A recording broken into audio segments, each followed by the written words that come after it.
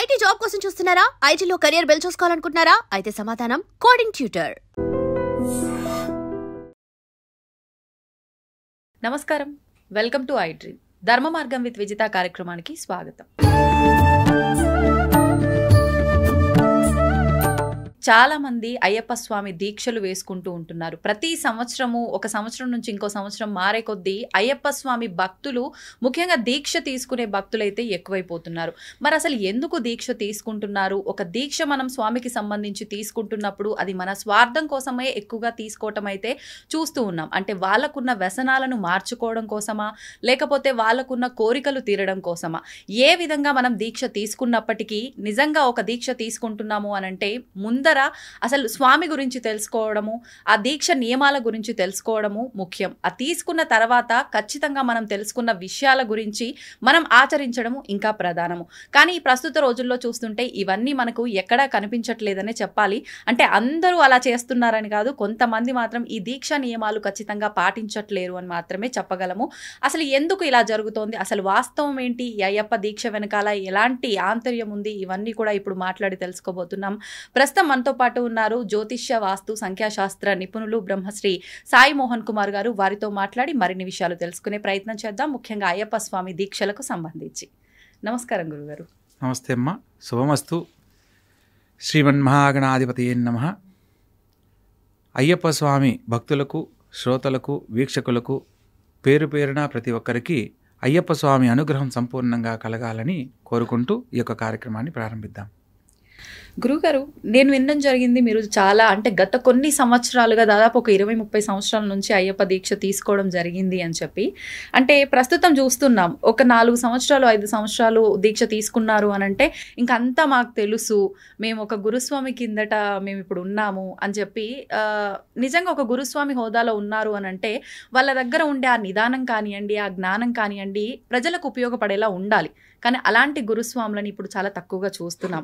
మీరు ఇన్నిసార్లు మాల వేసుకున్నారు, మరి ఇన్నిసార్లు దీక్ష తీసుకున్నారు, మీ దగ్గర నాకైతే ఆ ఒక యాటిట్యూడ్ అనేది ఎక్కడా కనిపించలేదు. అసలు ఎన్నిసార్లు మీరు మాల వేసుకోవడం జరిగింది? ఇప్పటికమ్మా నేను మొట్టమొదట నాకు 11వ ఏట నేను అయ్యప్ప దీక్షను ప్రారంభించాను. ఇప్పటికీ లాస్ట్ ఇయర్ తోటి 31 సంవత్సరం నా యొక్క దీక్ష పూర్తయింది. అందులో 18 సార్లు పెద్ద పాదంలో స్వామివారి దర్శనానికి వెళ్ళడం జరిగింది. మిగిలినవి మండల పూజలకు, కొన్ని మెట్ల పూజకు వెళ్ళడం జరిగింది. స్వామివారి అయ్యప్ప దీక్షలో ప్రతి సంవత్సరం నేను ఒక కొత్త అనుభూతిని, కొత్త అనుభవాన్ని తెలుసుకుంటూ ఉన్నాను. అందువల్ల ఆ స్వామి మీద ఉన్న నాకున్న భక్తికి, ఒకటి మధ్యలో మా నాన్నగారు 2003లో కాలం చేశారు. ఆ సందర్భంలో ఒకసారి దీక్ష వేసుకోలేకపోయాను. కోవిడ్ టైంలో కొన్ని షరతుల కారణంగా ఒకసారి వెళ్ళలేకపోయాను. ఇప్పటికీ 31 సంవత్సరం పూర్తి చేసిన కాలంలో అయ్యప్ప స్వామి వారి గురించి నేను తెలుసుకున్న అంశాలలో ప్రతి ఒక్కరూ ఇంకా తెలుసుకోవాల్సింది ఎంతో ఉంది.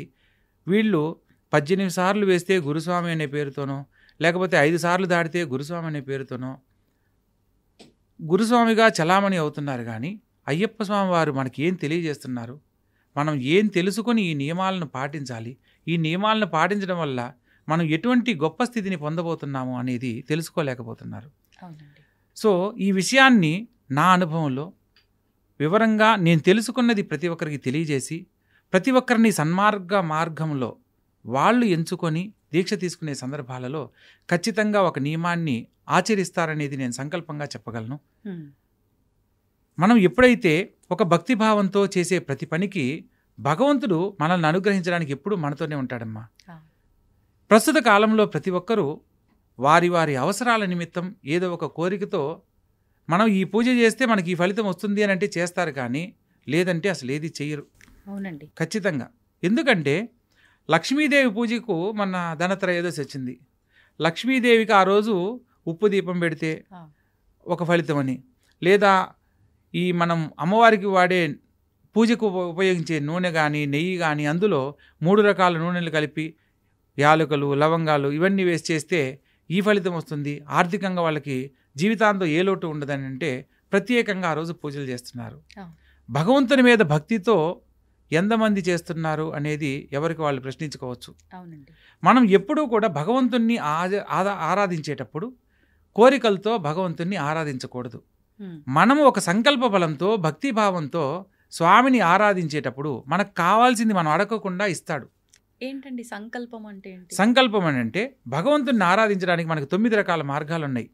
శ్రవణం, భగవంతుని గురించి వినడం ద్వారా. స్మరణం, భగవంతుని నామాన్ని తలచడం వల్ల. కీర్తనం, భగవంతుని యొక్క పాటల ద్వారా. దాస్యం, సేవకుల్లాగా. సఖ్యం, స్నేహితుల్లాగా. కుచేలుడు శ్రీకృష్ణ భగవంతుడిని తీసుకోవచ్చు. నామజపానికి సంబంధించి హనుమంతుల వారిని తీసుకోవచ్చు. శ్రీరాములు వారి కంటే ఆంజనేయ స్వామి వారే గొప్పవారని ఆయన రామనామ జపంలో ఆయన అటువంటి కీర్తిని పొందాడు. సో ఒక్కొక్క ఆత్మ నివేదనం, అన్నీ నీవై ఉన్నాను అని చెప్పి ఒక నమ్మి స్వామివారిని వేడడం.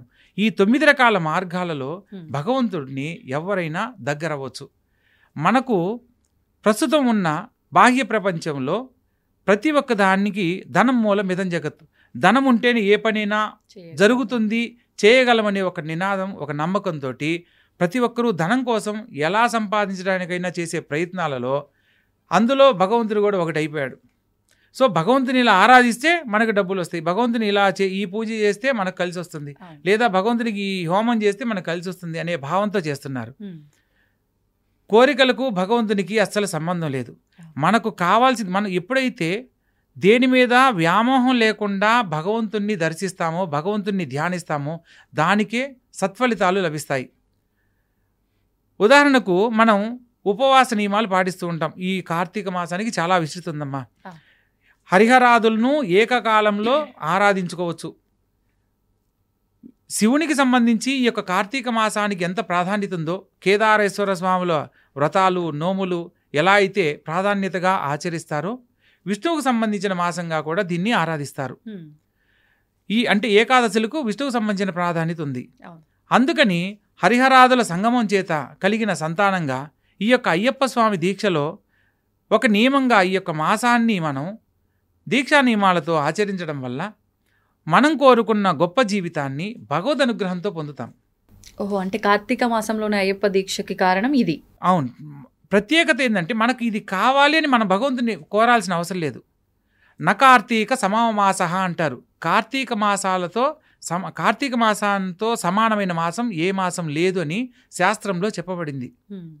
అటువంటి కార్తీక మాసంలో ఆచరించే భగవంతునికి సంబంధించిన ఏ పూజ, జపము, దానము ఏది చేసినా కూడా దానికి 10,000 రెట్లు ఫలితాలు వస్తాయనేది మనకు గ్రంథాల్లో, శాస్త్రాల్లో తెలియజేయబడింది. అవునండి. అటువంటి ఈ మాసంలో భగవంతునికి సంబంధించి ఆరాధించడం వల్ల చాలామంది జ్యోతిషాస్త్రరీత్యా మంచి జీవితాన్ని పొందడానికి పరిశీలన చేయించుకుంటూ ఉంటారు. ఆ సందర్భంలో శని భగవంతుని యొక్క ప్రభావం తీవ్రంగా ఉన్నప్పుడు లగ్నంలో కానీ, ద్వితీయంలో కానీ, చతుర్థం కానీ, అర్ధాష్టమం అంటారు, అష్టమ శని కానీ, సప్తమ శని కానీ, ఇలా శని భగవంతుని యొక్క పరిస్థితులు జాతకంలో నడుస్తున్నా, ఏళ్ళనాటి శని ప్రభావంతో ఇబ్బంది పడుతున్నా వాళ్ళందరూ ఈ యొక్క అయ్యప్ప స్వామిని ఆరాధించడం వల్ల అనేక రకాల సమస్యల నుంచి బయటపడతారు అనేది ఈ అయ్యప్ప స్వామి వారి చరిత్రలో చెప్పబడింది. ఇక్కడ శని భగవంతునికి సంబంధించి అయ్యప్ప స్వామికి సంబంధించి సంబంధం ఏంటి అని మనకు సందేహం కలగాలి. అవునండి. ఇప్పుడు ఒక్కొక్క లక్ష్మీదేవిని ఆరాధిస్తే డబ్బులు వస్తాయి, లేదా విష్ణుమూర్తిని ఆరాధిస్తే ఆయుష్ పెరుగుతుంది, ఈశ్వరుని ఆరాధిస్తే అపమృత్యు దోషాలు తొలగిపోతాయి. ఈ అయ్యప్ప స్వామికి సంబంధించి ఆరాధించడం వల్ల సమస్త శని బాధల నుంచి విముక్తి కలుగుతుంది. దీనికి అయ్యప్ప స్వామి వారి అవతార రహస్యం గురించి కొన్ని అంశాలు మనం తెలుసుకునే ప్రయత్నం చేస్తే అందులో శని భగవంతునికి ఎందుకు ప్రాధాన్యత ఇవ్వబడింది అనేది మనం తెలుసుకోవచ్చు. అయ్యప్ప స్వామి వారి దీక్షలో ప్రధానంగా మనం గమనిస్తున్న అంశాలు నల్ల బట్టలు ధరించడం, కాళ్ళకు చెప్పులు లేకుండా ఉండడము, నేల మీద పడుకోవడం, భూసేయనం అంటారు, ఏకభుక్తం ఒక పూట భోజనం అని అంటారు. ఇవన్నీ కూడా అయ్యప్ప స్వామి వారి దీక్షలో ప్రధానంగా ఆచరించవలసిన నియమ నిబంధనలు. అలాగే ఎందుకు ఆచరించాలి?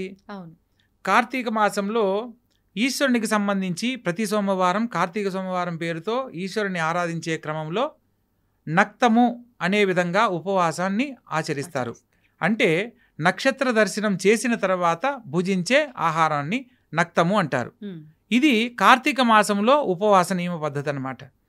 సో ఇలా కార్తీక మాసానికి ఒక ప్రాధాన్యత ఎలా అయితే చెప్పబడిందో, ఈ కార్తీక మాసంలో ప్రతి ఒక్కరి జీవితంలో ఎన్నో రకాల సమస్యలతో ఇబ్బంది పడేటప్పుడు వాళ్ళకై వాళ్ళు కొన్ని నియమ నిబంధనలు పెట్టుకొని వాళ్ళ యొక్క కోరికలను తెంచుకోవడం, అంటే దేని మీద వ్యామోహం లేని జీవితాన్ని పొందుతూ భగవంతుని దగ్గరగా గనక ధ్యానించినప్పుడు మన జీవితానికి ఏం కావాలో అవి భగవంతుని అనుగ్రహంతో లభిస్తాయి. అందుకు ప్రధానంగా అయ్యప్ప స్వామి వారి దీక్షలో చాలామంది ఎన్నో రకాల సత్ఫలితాలు పొందిన వాళ్ళు ఉన్నారు. పూర్వకాలంలో పంపానదిలో స్నానమాచరించిన, భస్మకులంలో స్నానమాచరించిన దీర్ఘకాలిక అనారోగ్యాల సైతం నయమయ్యేవి. మనం అయ్యప్ప స్వామి వారి పాత చరిత్రకు సంబంధించిన పుస్తకాలు గనక తెలుసుకునే ప్రయత్నం చేసిన, 40-50 సార్లు వెళ్ళిన గురుస్వాములుగా ఉన్న వాళ్ళను మనం ప్రశ్నించిన వాళ్ళ యొక్క అనుభవంలో వాళ్ళు చూసినవి మనం వివరంగా తెలుసుకోవచ్చు. స్వామివారి పూజకు మొత్తం అంతా కూడా తాంత్రిక విధానంలో జరుగుతుంది. అయ్యప్ప స్వామి పూజ అంతా, అయ్యప్ప స్వామి పూజ మొత్తం తాంత్రిక విధానంలో జరుగుతుంది. ఎందుకనండి? ఇక్కడ మన సాంప్రదాయంలో మంత్రము, యంత్రము అనేది ఎంత ప్రామాణికమో అక్కడ తాంత్రికం అనేది, తంత్రశాస్త్రం అనేది అంత ప్రామాణికం అన్నమాట. మనం ఆచరించేది సాత్విక రూపంలో ఇదంతా దక్షిణాయనము, ఇట్లా ఇలాంటి పూజలు అంటుంటారు. మరి అవి తాంత్రికము అనంటే దక్షిణ అంటే ఆచరించే విధానంలో తాంత్రిక పద్ధతిని ఆచరిస్తారనమాట. ముద్రల ద్వారా స్వామిని ఆవాహన చేస్తారు. మనకు మంత్రం అంటారు, మననాత్రాయితే ఇది మంత్ర అంటారు. ఒక అక్షరాన్ని పదే పదే చదివితే అది మంత్రం అవుతుంది. ఓం నమ శివాయ అనేది శివపంచాక్షరి మంత్రం, ఓం నమో నారాయణాయ అష్టాక్షరి మంత్రం. అట్లా ఒక్కొక్క భగవంతునికి సంబంధించి ఒక్కొక్క నామాన్ని మనం పదే పదే చదవడం వల్ల ఆ మంత్రం అనేది మంత్రంగా మారి దానికి ఒక విశిష్టత వల్ల ఆ మనిషి జీవితానికి ఏదైతే కావాలనో అవి సంపూర్ణంగా లభిస్తాయి. ఇక యంత్ర పద్ధతిలో మంత్రం చదవలేని వాడి గురించి ఒక యంత్రానికి శక్తిని ధారపోసి ఆ యంత్రాన్ని పూజించడం వల్ల ఏ కుటుంబ సభ్యులు పూజిస్తారో వారికి కావాల్సిన అన్ని రకాల సకల భోగభాగ్యాలను పొందవచ్చు. ఇక మూడవది తంత్రం, తర్పణాత్రాయితే ఇది తంత్ర అంటారు. దీనికి మంత్రం అనేది ఉండదమ్మా. భగవత్ప్రీతికి సంబంధించింది ఏదైనా కూడా మనము తాంత్రిక విధానంలో ఆచరించే వాటికి త్వరగా ఫలితాలు వస్తాయి. ఉదాహరణకు పితృదేవతలు, మన పెద్దవాళ్ళకి సంబంధించిన ఏదైనా కర్మకృతువులు చేసేటప్పుడు యజ్ఞయాగాదికృతువులు ఎన్ని చేసినా చివరిలో పిండ ప్రధానం అనేది నీటిలో ఇలా వదులుతారు. తిలలతో ఏర్పాటు చేసిన ప్రసాద నైవేద్యాన్ని పితృదేవతలకు అర్పిస్తారు. సో అలా చేయడం వల్ల పితృదేవతలకు అది నేరుగా చేరుతుంది, వారికి స్వర్గారోహణ ప్రాప్తి కలుగుతుంది. ఆ యొక్క కుటుంబ సభ్యులకు పితృదేవతల ఆశీస్సులు లభిస్తాయన్నమాట. ఇక్కడ యజ్ఞయాగాదికృతులు ఎన్ని చేసినా చివరిలో తర్పణ సిద్ధాంతంలో ఆచరించిన విధానానికే ప్రాధాన్యత ఉంటుంది. ఇప్పుడు ఉదాహరణకు ఒక బ్రాహ్మణుడు నేరుగా వచ్చి దక్షిణ తీసుకున్నాడు అనుకోండి, అంటే వాయనం ప్రకారం మీరు ఇచ్చింది ఆయన తీసుకుంటున్నాడు అనుకోండి, మహా అంటే మీరు ఎంత ఇస్తారమ్మా దక్షిణ? ఎంత? 116లో ఒక 500, 1000 రూపాయలు అనుకుందాం. 1000 రూపాయలు ఇస్తారు. అదే ఒక బ్రాహ్మణుడికి నెల మొత్తం జీవితం గడవాలి అంటే మీరు ఇచ్చిన 1000 రూపాయలతో జరిగిపోతుందా? సో శాస్త్ర ప్రామాణికంగా కొన్ని మంత్రాల రూపంలోనూ, యజ్ఞాల రూపంలోనూ, యాగాల రూపంలో ఇక్కడ మనం పితృకర్మలు ఆచరించినప్పుడు 10 మందికి భోక్తలుగా కూర్చోబెట్టి వాళ్ళకి భోజనం పెట్టాలి. మహేశ్వరులుగా కూర్చోబెట్టి భోజనం పెడతారు. అలాగా బ్రాహ్మణులకు ఆ కుటుంబ సభ్యుల వాళ్ళను మహేశ్వరులుగా భావించి చేస్తుంటారు. సో ఇటువంటి సందర్భంలో బ్రాహ్మణులకి అన్న సంతర్పణ అనేది ఏర్పాటు చేస్తే పితృదేవతలకు ఆత్మశాంతి కలుగుతుంది. సో ఇక్కడ పూజ అనే విధానంలో ఈ యజ్ఞయాగాది క్రతువులు కూడా చేసినప్పుడు వాటికి కావాల్సిన సమిధలు అయితేనేమి, యజ్ఞానికి సంబంధించిన వస్తువులు అన్నీ తెచ్చుకోవడానికి మహా ఉదాహరణకు 30-40 వేలు ఖర్చు కూడా ఏర్పడుతుంది. సో దానివల్ల ఒక బ్రాహ్మణుడికి మనం సంపూర్ణంగా వారి యొక్క జీవన విధానానికి మనం సహాయం చేసిన వాళ్ళం అవుతాం. వాళ్ళు సంతృప్తిగా తీసుకొని వాళ్ళు ఏదైతే ఆశీర్వచనం చేస్తారో పితృదేవతల ఆశీస్సులు కూడా మనకు లభిస్తాయి. ఈ సాంప్రదాయంలో దీన్ని ఆచరించేవాళ్ళు. సో తాంత్రిక విధానంలో యజ్ఞం చేస్తున్నారనుకోండి, శని భగవంతుని ప్రీతికరమైన యజ్ఞం చేసేటప్పుడు నువ్వులు అందులో హవనం చేస్తూ ఋత్విక్కులు యాగం చేయడం జరుగుతుంది. అదేవిధంగా గణపతికి సంబంధించి అనుకోండి, చెరుకు బెల్లం వేస్తూ ఉంటారు. సో అమ్మవారికి సంబంధించినవి ఏదైనా ప్రత్యంగిర అమ్మవారు అనుకోండి, మిరపకాయలతో హవనం చేస్తారు. సో ఒక్కొక్క గ్రహప్రీతికి సంబంధించిన ధాన్యంతో హవనం చేయడం వల్ల మనం ఆ యొక్క సత్ఫలితాలు పొందుతున్నాము అంటే తాంత్రిక విధానంలో అది త్వరగా లభిస్తుంది. అంటే ఇది కూడా దాంట్లో తాంత్రిక విధానం అనమాట. సో అట్లా అయ్యప్ప స్వామివారి పూజలన్నీ కూడా మంత్ర ఉచ్చారణ లేకుండా ముద్రలతోటి స్వామివారిని ఆవాహన చేయడము, స్వామివారికి చేయవలసిన షోడశ ఉపచారాలన్నీ ఆ పద్ధతిలో చేయడం జరుగుతుందన్నమాట. ఇది కేరళ సాంప్రదాయం. కానీ మీరు చెప్పినట్టుగా ముద్రల రూపంలో అంటే ఏమో ఎక్కడ చూసినట్టే అనిపించలే. అంటే ఇప్పుడు దీక్షలు తీసుకున్న అయ్యప్ప భక్తులు ఈ ముద్రల రూపంలో స్వామిని ధ్యానిస్తున్నట్టయితే ఎక్కడ చూసినట్టు. అయితే మన కేరళలో ఉన్న అర్చకులు, వేద పండితులు ఎవరైతే ఉన్నారో వాళ్ళని మనం పూజకు పిలిచి ఇక్కడ చేయించే విధానంలో వాళ్ళంతా ముద్రలతోనే చేస్తారమ్మా. ఇప్పుడు ఉదాహరణకు శివలింగ ముద్ర అంటారు. ఇది ఈ మధ్యలో శివలింగాకారము, ఈ చుట్టూ అయిందంటే ఇది పానవట్టం లాగా ఈశ్వరుని. అవునమ్మా, ఇది శివలింగం లాగా, ఇవి పానవట్టం లాగా. సో ఇలా ఈశ్వరుడి ముందు గనక మనం ధ్యానించినట్లయితే ఈశ్వర అనుగ్రహాన్ని త్వరగా పొందుతాం. లేకపోతే అనుగ్రహించడని కాదు, ముద్రల ద్వారా తాంత్రిక విధానంలో ఇది ఒక పద్ధతి. ఇప్పుడు మనం ఓం నమస్తే అస్తు భగవాన్ విశ్వేశ్వరాయ మహాదేవాయ త్రయంబకాయ త్రిపురాంతకాయ త్రికాలాగ్ని కాలాయ కాలాగ్ని రుద్రాయ నీలకంఠాయ మృత్యుంజయాయ సర్వేశ్వరాయ సదాశివాయ శ్రీమన్మహాదేవాయ నమః అంటే ఈశ్వరుణ్ణి మనం ఆధీనంలో స్వామివారిని ధ్యానిస్తూ స్వామివారిని మనం వేడుకోవడం. ఎప్పుడైతే ఒక భక్తిభావంతో ఈశ్వరుడు అక్కడ శివలింగం లేకపోయినా పర్వాలేదు, ముద్రల ద్వారా నువ్వు ఆ యొక్క స్థితిని పొందవచ్చు. మీరు రీసెంట్లీ ఒకటి మిరా ఏదో సినిమా వచ్చింది కదా, దాంట్లో కూడా గత జన్మకు సంబంధించిన కొన్ని తెలుసుకోవడానికి ముద్రలను ఆధారం చేసుకొని చేయడం జరుగుతుంది. అవునండి, అవును. సో అమ్మవారిని ఆరాధించేటప్పుడు యోని ముద్ర ఇట్లా రివర్స్లో ఇలా పెట్టి అమ్మవారిని ధ్యానిస్తారు. ఒక్కొక్క ముద్రకి ఒక్కొక్క ప్రాధాన్యత ఉంది. సో ఆ యొక్క సిద్ధిని త్వరగా పొందవచ్చు. ఇప్పుడు అంటే ఈ యొక్క ఆచరణ విధానంలో ప్రాంతీయతను బట్టి కొన్ని మార్పులు అనేవి జరుగుతుంటాయి అన్నమాట.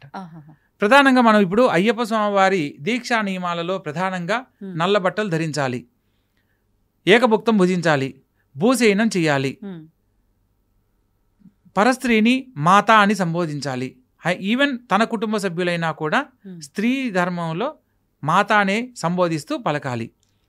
ఇవన్నీ నియమాలు ఎందుకు పెట్టారనంటే అయ్యప్ప స్వామి వారి చరిత్రలో ఒకానొక సందర్భంలో అయ్యప్ప స్వామి భక్తుడు శని భగవంతుని యొక్క బాధలతో ఇబ్బంది పడుతూ ఉంటాడు. ఆ సందర్భంలో అయ్యప్ప స్వామి ఎందుకు నాయన నువ్వు ఇలా భక్తుల్ని పట్టి పీడించడము అని చెప్పి అడగడం జరుగుతుంది. ఆ సందర్భంలో ఎవరెవరి విధి ధర్మం ప్రకారము నాకు ఇచ్చిన ధర్మాన్ని నేను ఆచరిస్తున్నాను స్వామి అని అంటాడనమాట.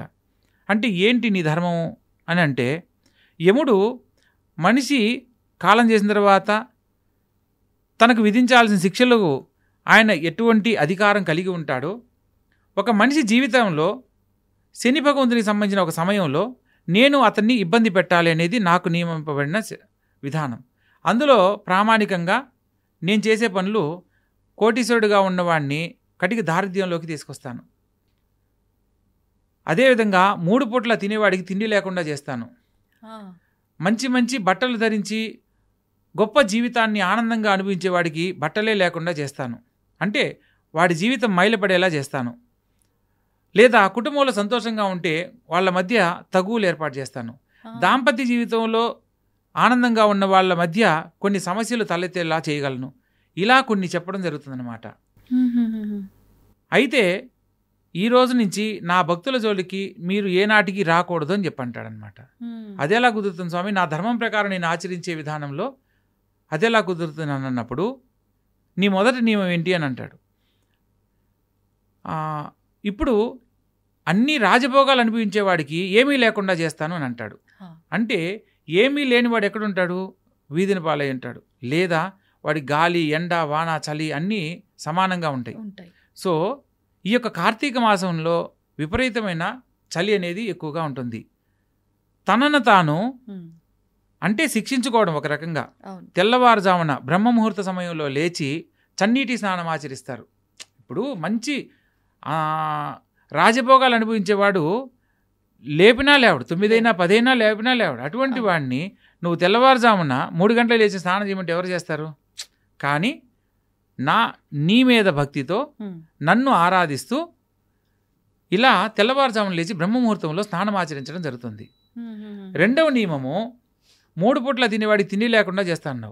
తినే అవకాశం ఉన్నప్పటికీ కూడా వాడు 1 పూటే భోజనం చేస్తాడు అని చెప్పి అయ్యప్ప స్వామి చెప్పడం జరుగుతుంది. తరువాత రాజభోగాలు హంపశైల మీద శయనించేవాడికి అవన్నీ లేకుండా చేస్తాను అని అంటాడు. ఎన్ని రాజభోగాలు అనుభవించే అవకాశం ఉన్నప్పటికీ భూశయనమే చేస్తారు, నేల మీద మాత్రమే పడుకుంటారు అని చెప్పని అంటాడు. రాజభోగాలు అనుభవించేటప్పుడు మనం పాదరక్షలు రకరకాలుగా ధరిస్తాం, కానీ మనల్ని మనం శిక్షించుకోవడం అంటే రాళ్లలో నడవడమే. ఇప్పుడు దారిద్ర్యంలో ఎదురవడం అన్నీ ఉన్నప్పుడు మనం అన్నీ అనుభవిస్తాం, కానీ దారిద్ర్యానికి సంకేతం అన్నీ ఏమీ లేకపోవడం. సో ఉన్నా కూడా వాటిని వదులుకోవడం, మనల్ని మనం శిక్షించుకోవడం. సో అలా పాదరక్షలు లేకుండా నడవడం చేస్తారు అని చెప్పని అయ్యప్ప స్వామి చెప్పడం జరుగుతుంది. ఆ తర్వాత దాంపత్య జీవితంలో గొడవలు ఏర్పాటు చేస్తానని అంటాడు. అయితే కళ్యాణ జీవితంలో ఉన్నవాళ్ళు, పెళ్ళైన వాళ్ళు, వివాహితులైన వాళ్ళు కూడా నా యొక్క దీక్ష తీసుకున్న వాళ్ళు బ్రహ్మచర్య వ్రత దీక్షను ఆచరిస్తారు అని అంటాడు. పైగా తన భార్య అయినా సరే కుటుంబ సభ్యులందరినీ మాత అని సంబోధించడం జరుగుతుంది అని చెప్పి చెప్పడం జరుగుతుంది అనమాట. తదుపరి అన్ని భోగాలు అనుభవించేవాడికి ఏమీ లేకుండా చేస్తాను అని అంటాడు. సో దేని మీద వ్యామోహం లేకుండా నిత్యము నా నామస్మరణతోనే కాలాన్ని గడుపుతూ ఉంటారు అని చెప్పేసి చెప్తారనమాట. ఇలా గనక నీ భక్తులు గనక ఆచరిస్తే నీ భక్తుల జోలికి నేను ఏనాటికి రాను అని చెప్పి శని భగవంతుడు చెప్పడం జరుగుతుంది. అప్పటి నుంచి అది ఆచారంగా మనము ఇప్పుడు కూడా దాన్ని ఒక నియమ నిబంధనలో ప్రత్యేకంగా ఆచరించడం జరుగుతుంది. ఇప్పుడు మీరు చెప్పినట్టుగా లాస్ట్ 2 నామజపము బ్రహ్మచర్యము అయితే దీక్షలో ఉన్న వాళ్ళు పాటిస్తున్నారనే చెప్పాలి. కానీ మిగతా ముందర చెప్పినవి మాత్రం అంటే భోగాలు అనుభవించటము, పాదరక్షలు లేకుండా తిరగటము, ఒక పూట తినటము, ఇలాంటివి అయితే ఎక్కువగా చేస్తున్నట్టుగా అనిపించట్లేదు. అంటే నిజంగా దీక్షలో ఉంటే ఇవి ఖచ్చితంగా పాటించాల్సిందే అన్నప్పుడు ఎందుకు పాటించట్లేదు అంటారు? ఇక్కడ ఏంటంటే అమ్మా చెప్పేవాళ్ళు, ఫర్ ఎగ్జాంపుల్ ఉదాహరణకు చిన్నపిల్లలకు దీక్ష నియమాలు, చిన్నపిల్లలకు కూడా మాకు బాబు పుడితే అయ్యప్ప స్వామి మాల వేస్తామని చెప్పి మొక్కుంటారు. వాడికి 5వ ఏటో 6వ ఏటో వస్తుంది. 6వ ఏటో మాల వేసి అయ్యప్ప స్వామి కొండకు తీసుకెళ్లే ప్రయత్నం చేసేటప్పుడు పెద్దవాళ్ళు మనమే ఒక పూట ఉండలేమని చెప్పి 2 పూటలు తింటే చిన్నపిల్లలు ఎలా ఉంటారు? ఏకభక్తంలో ఉండలేనప్పుడు వాళ్ళ కోసం పెట్టిన ఒక నియమం ఏంటంటే, పైగా వృద్ధాప్యంలో ఉన్న వాళ్ళు కూడా కొంచెం పెద్ద వయసు వాళ్ళు ఆకలికి తట్టుకోలేరు, వాళ్ళ కోసంగా పెట్టిన ఒక నియమంలో అల్పాహారం అని ఒక నియమాన్ని పెట్టారు. అల్పము అని అంటే తినే దాంట్లో వండినవి ఉడికినవి కాకుండా మనం ఏదైనా తినాలి. భగవత్ప్రీతికి సంబంధించి ప్రసాదం పెట్టిన ప్రసాదంగా తీసుకోవాలి. అంతేగాని ఇది బియ్యపు రవ్వతో చేశారు ఉప్మా తినొచ్చు, ఇడ్లీ రవ్వతో చేశారు ఇడ్లీ తినొచ్చు అని చెప్పి చెప్పలేదు. మేము సాయంకాలం అల్పాహారం దోశ తిన్నాము, పొంగల్ తిన్నామని. ఇప్పుడు మనకు పంచ అమృతాలని ఉన్నాయమ్మా. పరమాన్నం బెల్లంతో చేసేవి, పాయసము, చిత్రాన్నము అంటే పులిహోర, దద్దోజనము, ఇవన్నీ అన్నంతో చేసేవి. ఇవి మహానైవేద్యాల కింద వస్తాయి. ఈ మహానైవేద్యాలను ఎప్పుడైనా భుజించవచ్చు అనేది చెప్పారు. అందుకని ఇప్పుడు ఏం చేస్తున్నారు? దీక్షలో ఉన్నప్పుడు మహానైవేద్యాలుగా వీటిని మనం ప్రసాదంగా తీసుకోవచ్చు. ఇప్పుడు అది అన్నమైనప్పుడు ఇప్పుడు రాత్రిపూట భజనలు పెట్టి చాలా మంది ఏం చేస్తున్నారు, 18 రకాల ఐటమ్స్ పెడుతున్నారు. 18 మెట్లకు సంకేతాన్ని 18 పెట్టారు. అయ్యప్ప స్వామి మెట్లు 18 ఉన్నాయి కాబట్టి సరిపోయింది, లేకపోతే 57 అయితే 57 రకాలు చేసేవాళ్ళేమో. 18 రకాల ఐటమ్స్ చేయమని ఏ అయ్యప్ప స్వామి చెప్పలేదు, అయ్యప్ప స్వామి అవతరణ రహస్యంలో కూడా చెప్పలేదు. అల్పాహారం అంటే మీరు మితంగా భుజించినప్పుడు రేపు ఆ శబరిమల కొండ దీక్ష పూర్తయిన తర్వాత ఇరుముడి కట్టుకొని పయనించే సందర్భంలో, శబరిమలను చేరే సందర్భంలో శరీరం తేలికవుతుంది అల్పాహారం తీసుకున్నప్పుడు. దానివల్ల కొండను సునాయాసంగా ఎక్కగలమని చెప్పడానికి పెట్టిన ఒక నియమమే తప్ప ప్రత్యేకంగా ఏమీ లేదు. అయితే ప్రస్తుత కాలంలో ఏం చేస్తున్నారు, ఉదయం పూట అల్పాహారంతో భుజిస్తున్నారు, మధ్యాహ్నం శాస్తాభిక్ష, మధ్యాహ్నం పూట చేసేదే శాస్తాభిక్ష, మధ్యాహ్నం పూట మాత్రమే మనం ఏకభుక్తం చెయ్యాలి అనేది శాస్త్ర నియమం, శాస్త్రంలో వివరంగా చెప్పబడిన అంశం అది. సంధ్యా సమయంలో భగవంతునికి పెట్టిన ప్రసాదాన్ని ప్రసాదంగా తీసుకొని అల్పంగా మితాహారంగా తీసుకోవచ్చు. అంతేగాని స్వామివారికి పెట్టిన ప్రసాదాల్లో మళ్ళా రాత్రిపూట 9 ఐటమ్స్ చేసి మళ్ళా 9 ఒక్కొక్కటి తినాలని, మళ్ళా స్వామి దీక్షలో ఉన్నారు ఆకలితో ఉండకూడదని ఇంకొద్దిగా ఎక్కువ పెట్టి, దీనివల్ల 3 పూట్ల పూజించినప్పుడు ఏమవుతుంది, రేపు కొండ ఎక్కేటప్పుడు అది అలసటకు కారణం అవుతుంది, కొండ ఎక్కలేని పరిస్థితులు ఏర్పడతాయి. కానీ అంటే భగవంతుడు తినకుండా కడుపు మార్చుకొని పూజ చేయమని ఎక్కడ చెప్పలేదు అని అంటూ ఉంటారు కదా. నిజమేనమ్మా. అంటే ఇక్కడ మనం కొండను సునాయాసంగా ఎక్కాలి. ఇప్పుడు స్ట్రైట్గా ఉన్న రోడ్డును ఎంత దూరమైనా నడవగలం, కొండ ఎక్కేటప్పుడు మీరు గమనించండి, మీరు నేరుగా ఉన్న గదుల్లోకి నేరుగా వెళ్ళగలరు. మెట్లు ఎక్కేటప్పుడు కొద్ది మెట్లకే కొంత అలసట చెందడం జరుగుతుంది. శబరిమలలో మనకు 5 కొండలు 7 కిలోమీటర్లు ఉంటుంది. 7 కిలోమీటర్లు కొండ ప్రాంతాన్ని నడవాలి అంటే మన శరీరం ఎంత తేలిగ్గా ఉంటే అంత సునాయాసంగా ఎక్కడానికి అవకాశం ఉంటుంది. వాస్తవం అండి. సో పూర్వము అంటే ఫస్ట్ టైం నేను దీక్ష తీసుకున్నప్పుడు 1993 ఆ ప్రాంతంలో, 92 ఆ ప్రాంతంలో ఈ స్వామివారి కొండకు వెళ్లే దారి 6 అడుగులు మాత్రమే ఉండేది. చెట్టు యొక్క దొంగలు కట్ చేసి అడ్డంగా అటొక్క పుల్ల ఇటొక పుల్ల నాటి అవి జారకుండా అవే మెట్లుగా ఉండేవి. వర్షాకాలంలో చాలా భయంకరంగా ఉండేది. అంటే జారి పడితే ఇటు లోయే అటు లోయే. ఇప్పుడన్నా కొన్ని సర్వీసెస్ అన్ని గవర్నమెంట్ ఏదో కొన్ని ప్రొవైడ్ చేస్తా ఉంది వసతులన్నీ. ఒకప్పుడు అసలు ఏమీ లేవు. మనము ఇరుముడిలో బియ్యం వేసేదానికి ఒక ఆంతర్యం ఉంది. ఏంటండి అది?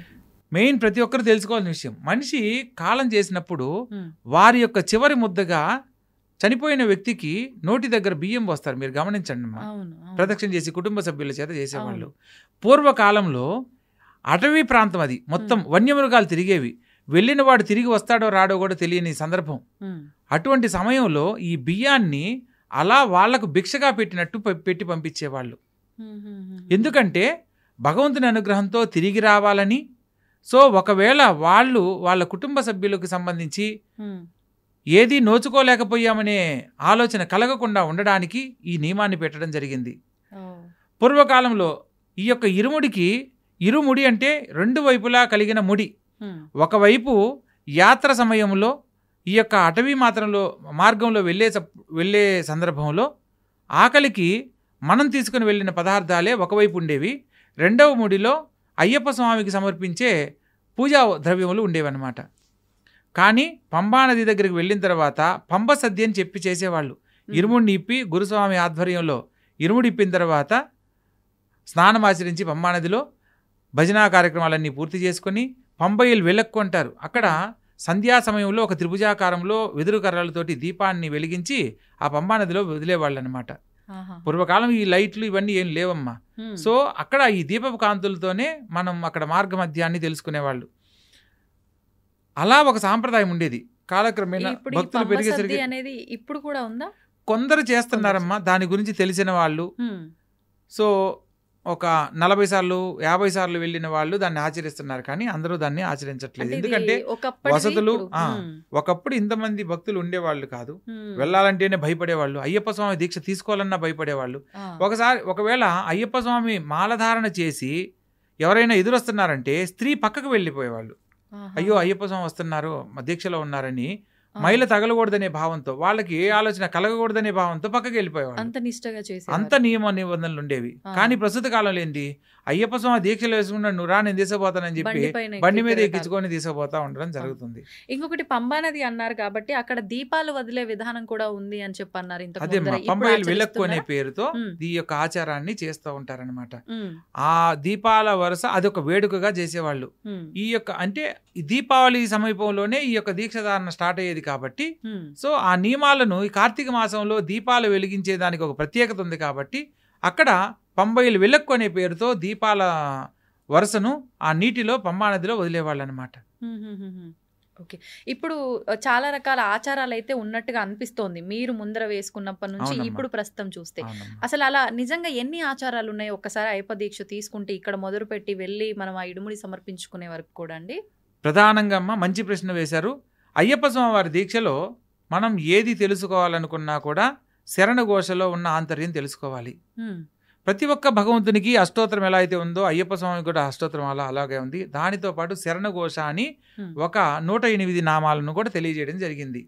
ఇందులో అయ్యప్ప స్వామి వారి ఆలయానికి వెళ్ళే మార్గానికి సంబంధించిన ఏ ఊర్లు అయితే మనం దాటుతూ ఉంటామో అవి అళదా నది నుంచి వరుస క్రమంలో ఉంటాయన్నమాట. స్వామివారిని దర్శించి మరలా ఆ మకర జ్యోతి దర్శనం వరకు ఒక ప్రామాణికంగా చెప్పబడిన విధానం ఉంటుందన్నమాట.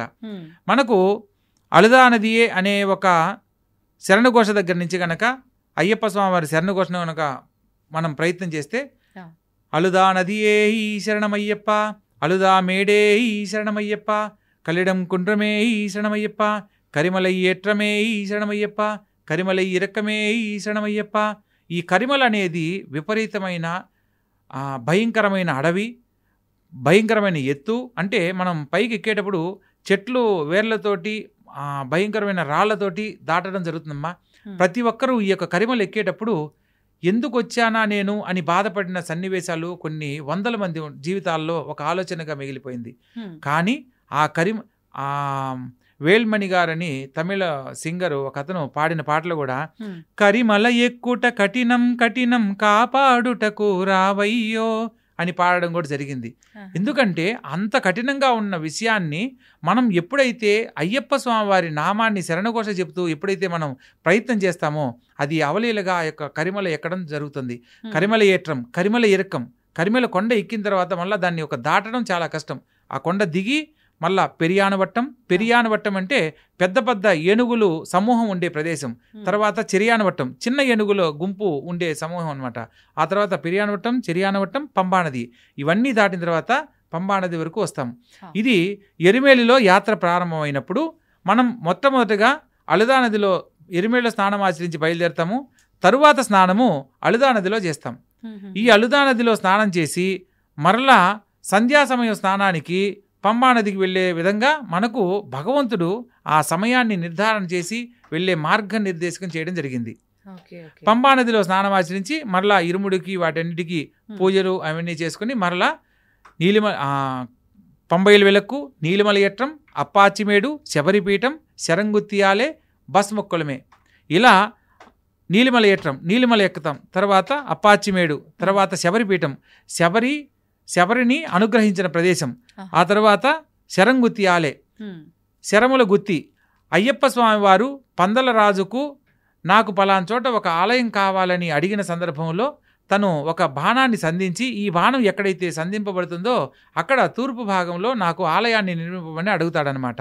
అప్పుడు ఈ సంధించిన బాణం ఈ శరముల గుత్తి దగ్గర పడుతుంది. శరంగుత్తి అనే ప్రదేశంలో ఒక రావి చెట్టుకు ఈ యొక్క బాణం గుచ్చుకోవడం జరిగింది.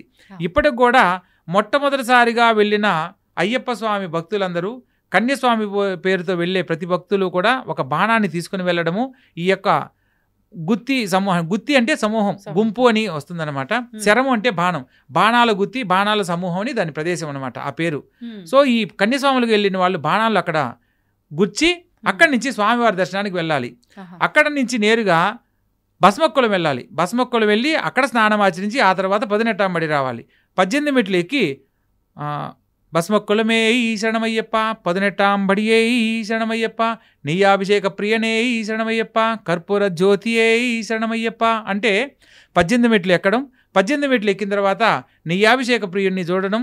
ఆ చూసిన సందర్భంలో ఆ తర్వాత కర్పూర హారతిస్తారు. కర్పూర జ్యోతిగా స్వామిని దర్శించడం, మకర జ్యోతి జ్యోతి స్వరూపుడుగా ఆయన్ని దర్శించిన తర్వాత మకర జ్యోతియే ఈ శరణమయ్యప్ప అని మకర జ్యోతి దర్శనం స్వామివారి గర్భాలయానికి ఆపోజిట్లో పన్నమ్మడ మేడు మీద మన ఈ యొక్క స్వామివారి జ్యోతి దర్శనాన్ని మనం దర్శించడం జరుగుతుంది.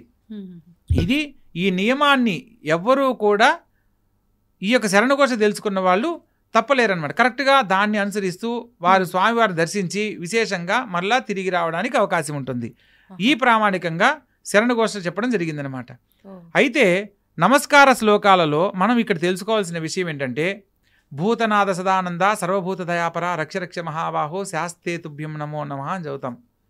అసలు భూతనాథుడు ఎవరు, అయ్యప్ప స్వామి ఎవరు, మణికంఠుడు ఎవరు, ధర్మశాస్త్ర ఎవరు అని అయ్యప్ప స్వామి వారి దీక్ష తీసుకున్న ప్రతి ఒక్కరికి ఏర్పడవలసిన సందేహం.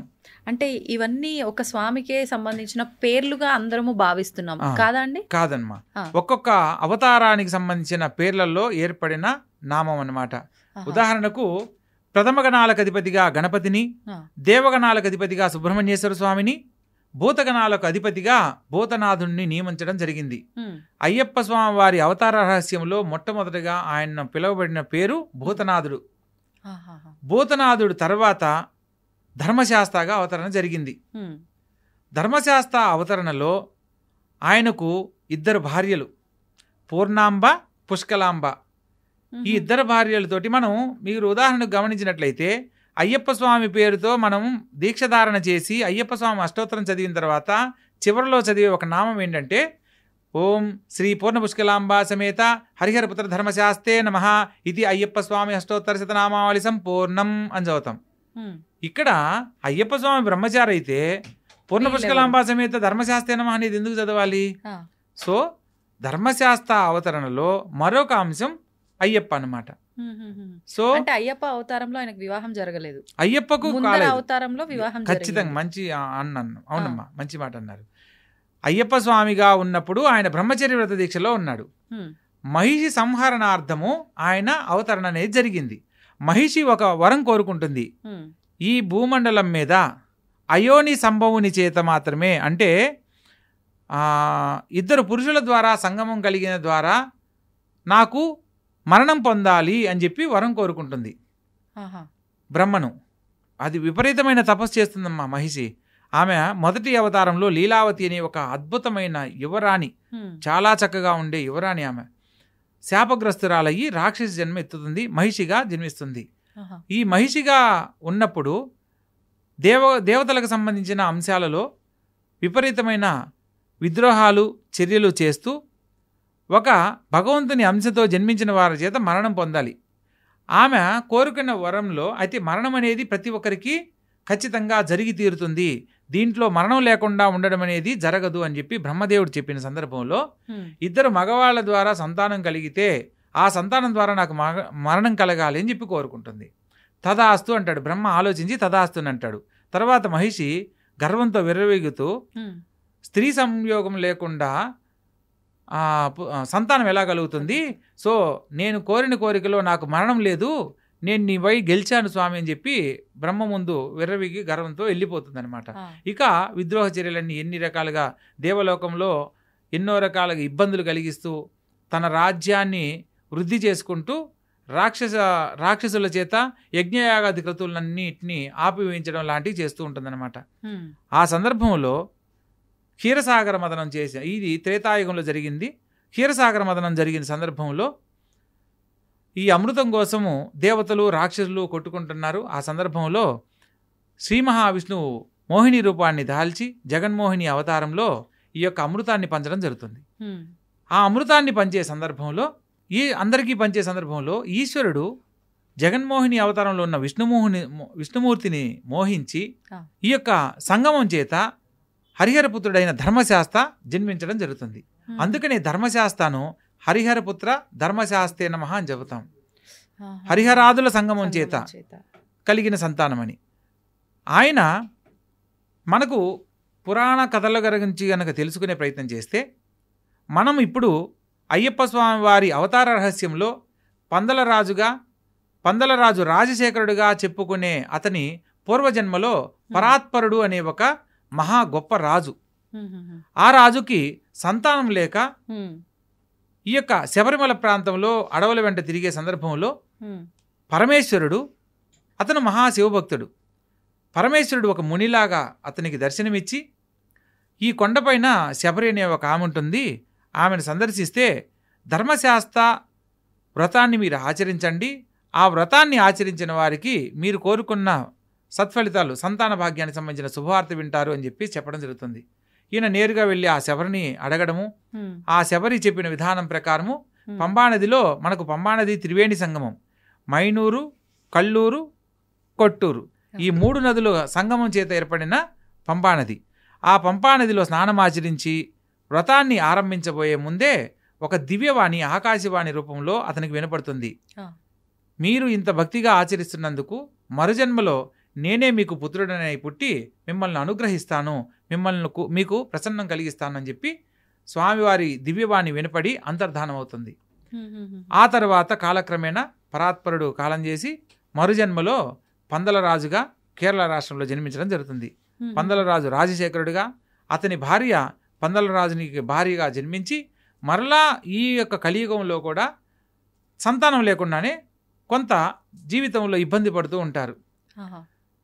అడవి కోసం వేటకు వెళ్ళే సందర్భంలో ఈ యొక్క పొన్నంబలమేడు ప్రాంతంలో మణిమాలతో కంఠమునందు మణిమాల ధరించి కనిపించిన ఈ చిన్న శిశువుని భగవంతుని ప్రసాదంగా భావించి ఆ బాబును చూడగానే తనకు దివ్య పురుషుడిగా భావించి ఆ దివ్యత్వం వలన ఇతనుకు గత జన్మ గుర్తొచ్చి గత జన్మలో నాకు భగవంతుడు ఇలా అవతరిస్తాడని చెప్పన్నాడు, సో ఆ అవతార రహస్యమే ఇప్పుడు నాకు దర్శనమిచ్చి ఇలా నాకు సంతానంగా ఆయన అనుగ్రహించాడని చెప్పని ఇక భగవత్ప్రసాదంగా ఉన్న విషయాన్ని మర్చిపోయి తన సొంత బిడ్డగా ఇంట్లో అల్లారు ముద్దుగా పెంచుకుంటూ ఉంటాడు.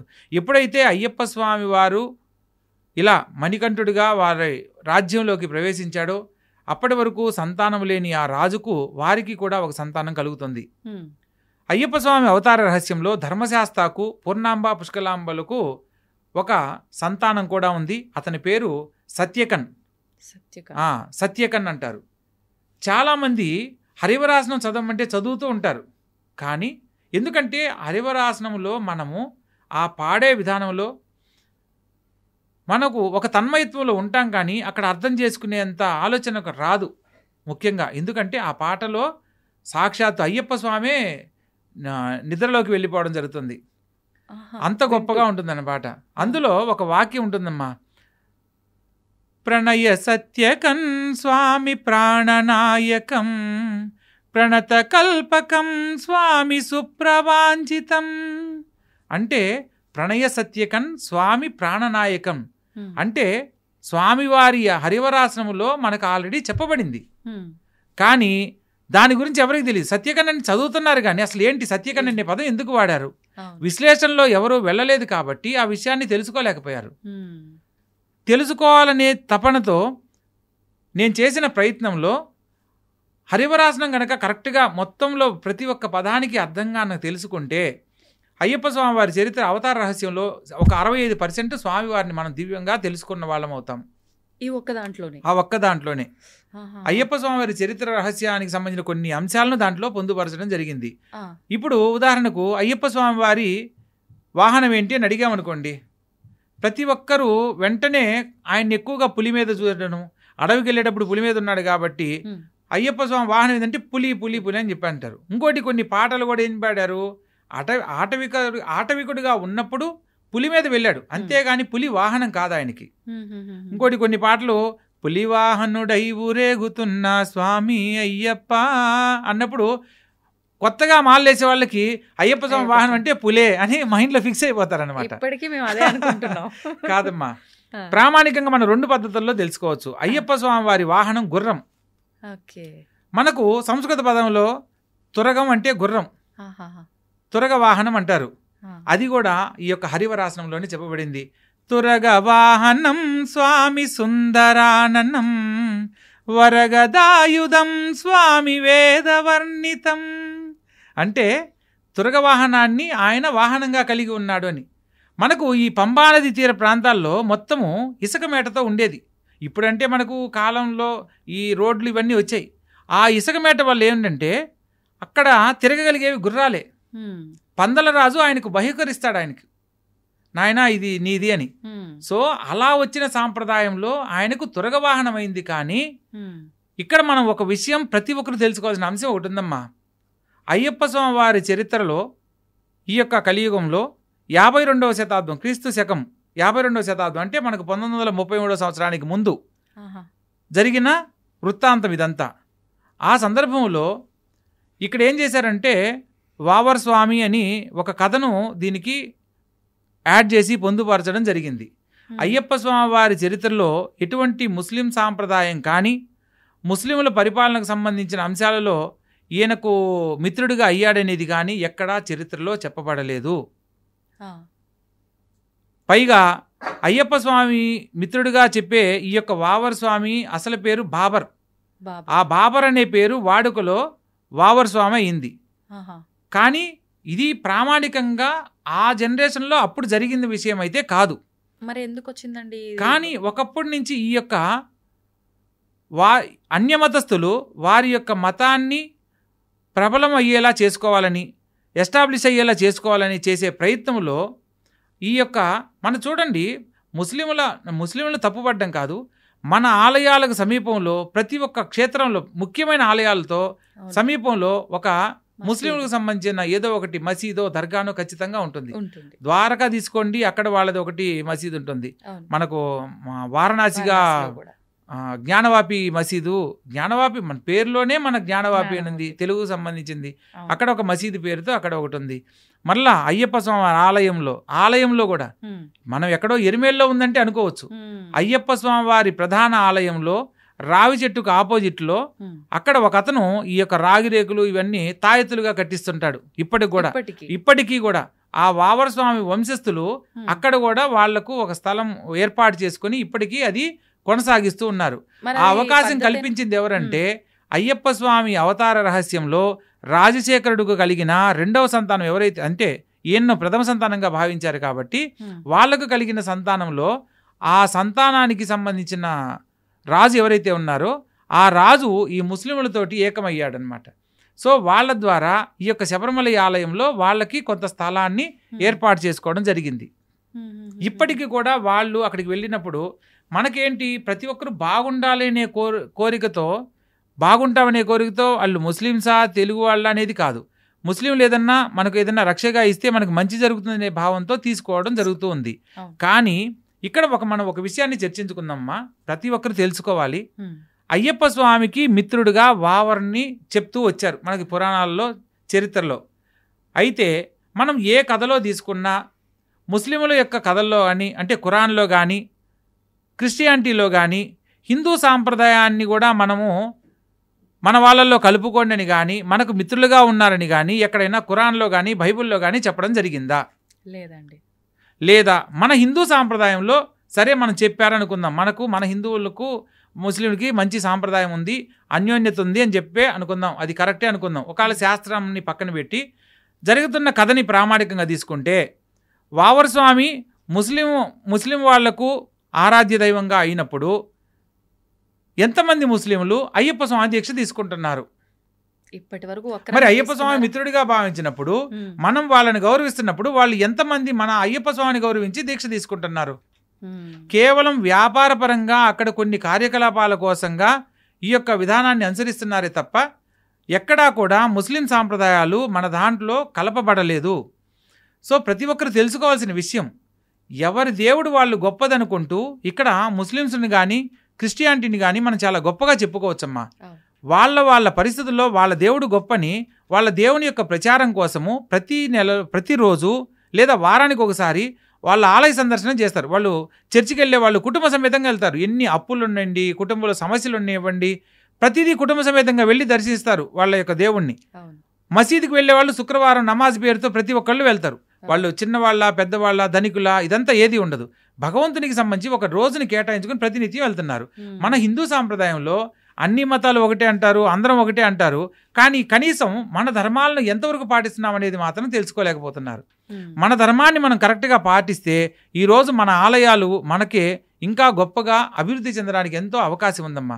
అన్య మతస్థులు ఈరోజు మన ఆలయాలలో ముఖ్యమైన కార్యకలాపాలు చేయడం జరుగుతుంది. ఎవరైతే ఆలయ ప్రధాన కార్యదర్శిగా ఉండాలనో అది బ్రాహ్మణుడికి గనక అప్పచెప్తే ఎలా డెవలప్ చేయాలో తెలుస్తుంది.